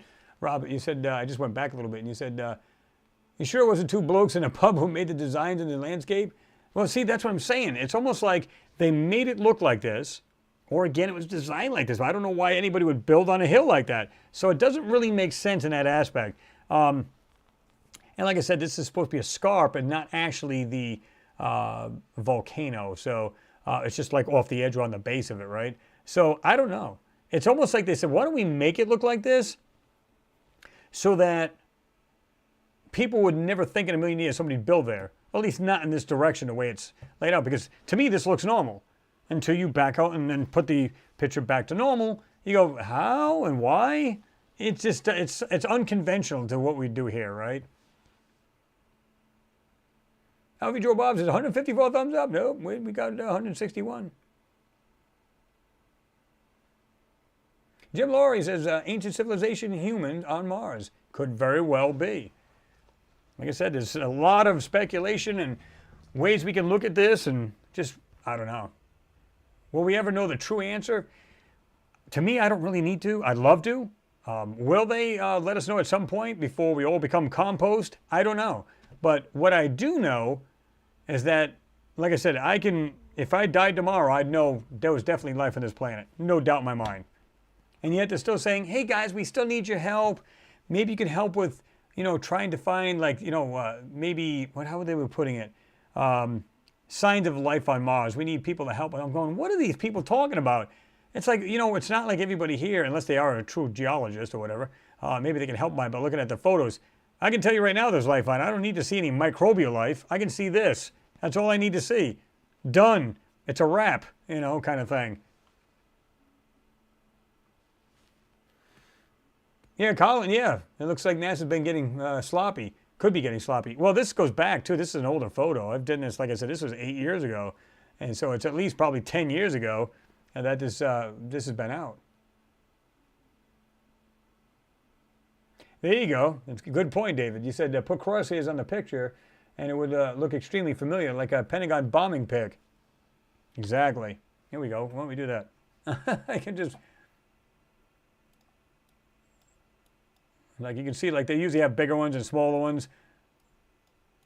And of course they can gauge how far it is away and all that other stuff. But yeah, it would pretty much look like that. You're absolutely right.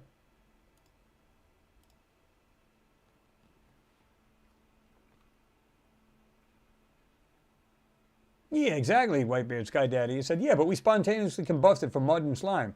Sure. I agree, yeah. And I know that's what you're saying too. Like, yeah, okay. Yeah, I don't agree with that at all. At all.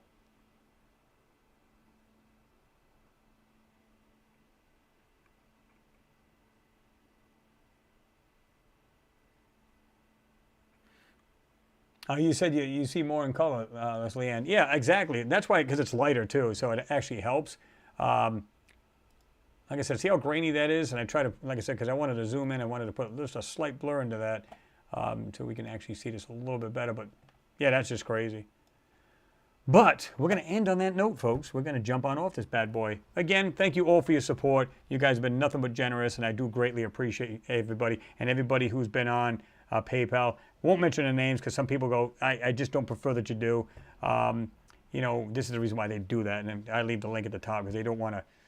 I don't know. I don't blame them in some sense. They just rather just do it secretively or whatever. So I do appreciate all of you. And I did see there's like 4 or 5 went to PayPal and dropped a little something, something. And I do appreciate you. Some people are even more generous, and I do appreciate you. And that's it. And the other side of that is the more support, just the channel support itself. What you guys feel about the content and everything else. It helps me, steer the channel in a certain way to give you guys better content. So I don't mind suggestions, if you want to do that. Now, some people have suggested other planets, some moons, and then I got to be honest. I go, listen, there's not a whole lot of photos of I think it was like Titan, and there's another moon too that they really have really CGI'd, or they have one strip. I think of Titan. The rest of it is completely blurred. Why? What's the point? You go look at it. You just go, oh, come on, what is up with that? And then when you do see that strip, it's hardly any really clear detail. So it's you might as well not see anything on there. So, and then some things, I might be like, hey, I'm down with that. Let's do that. So yeah, it wouldn't hurt. But I'm going to let everybody rock and roll. I'm going to leave you with this picture here. You guys can just check that out. And like I said, it's We'll go like, well, maybe go 50 minutes past the hour. And I say that because mine's 7, but that doesn't mean it's like that for everybody else here. So, but we'll do it like 50 minutes past, so 10 minutes of the hour. But anyway, thanks everyone for your support. I do appreciate you. My cat's meowing, loving it too. Listen. That's what I said, guys. She's kind of strange. She'll like, after she's done eating, she'll just meow like that. I don't know if she's enjoying her meal and saying, thanks, appreciate it, or I don't know. But she does it a few times and she's done. But anyway, so I'm going to let everybody go. Thank you, everybody, for being here. Thanks for the conversation. Thanks for the questions. Love the idea of the interaction with each other as well as myself. And like I said, a great bunch of people. Couldn't ask for more, man. It's as simple as that. I got to work tomorrow as well. I get up at 4 o'clock in the morning. It's what, 7:38 my time.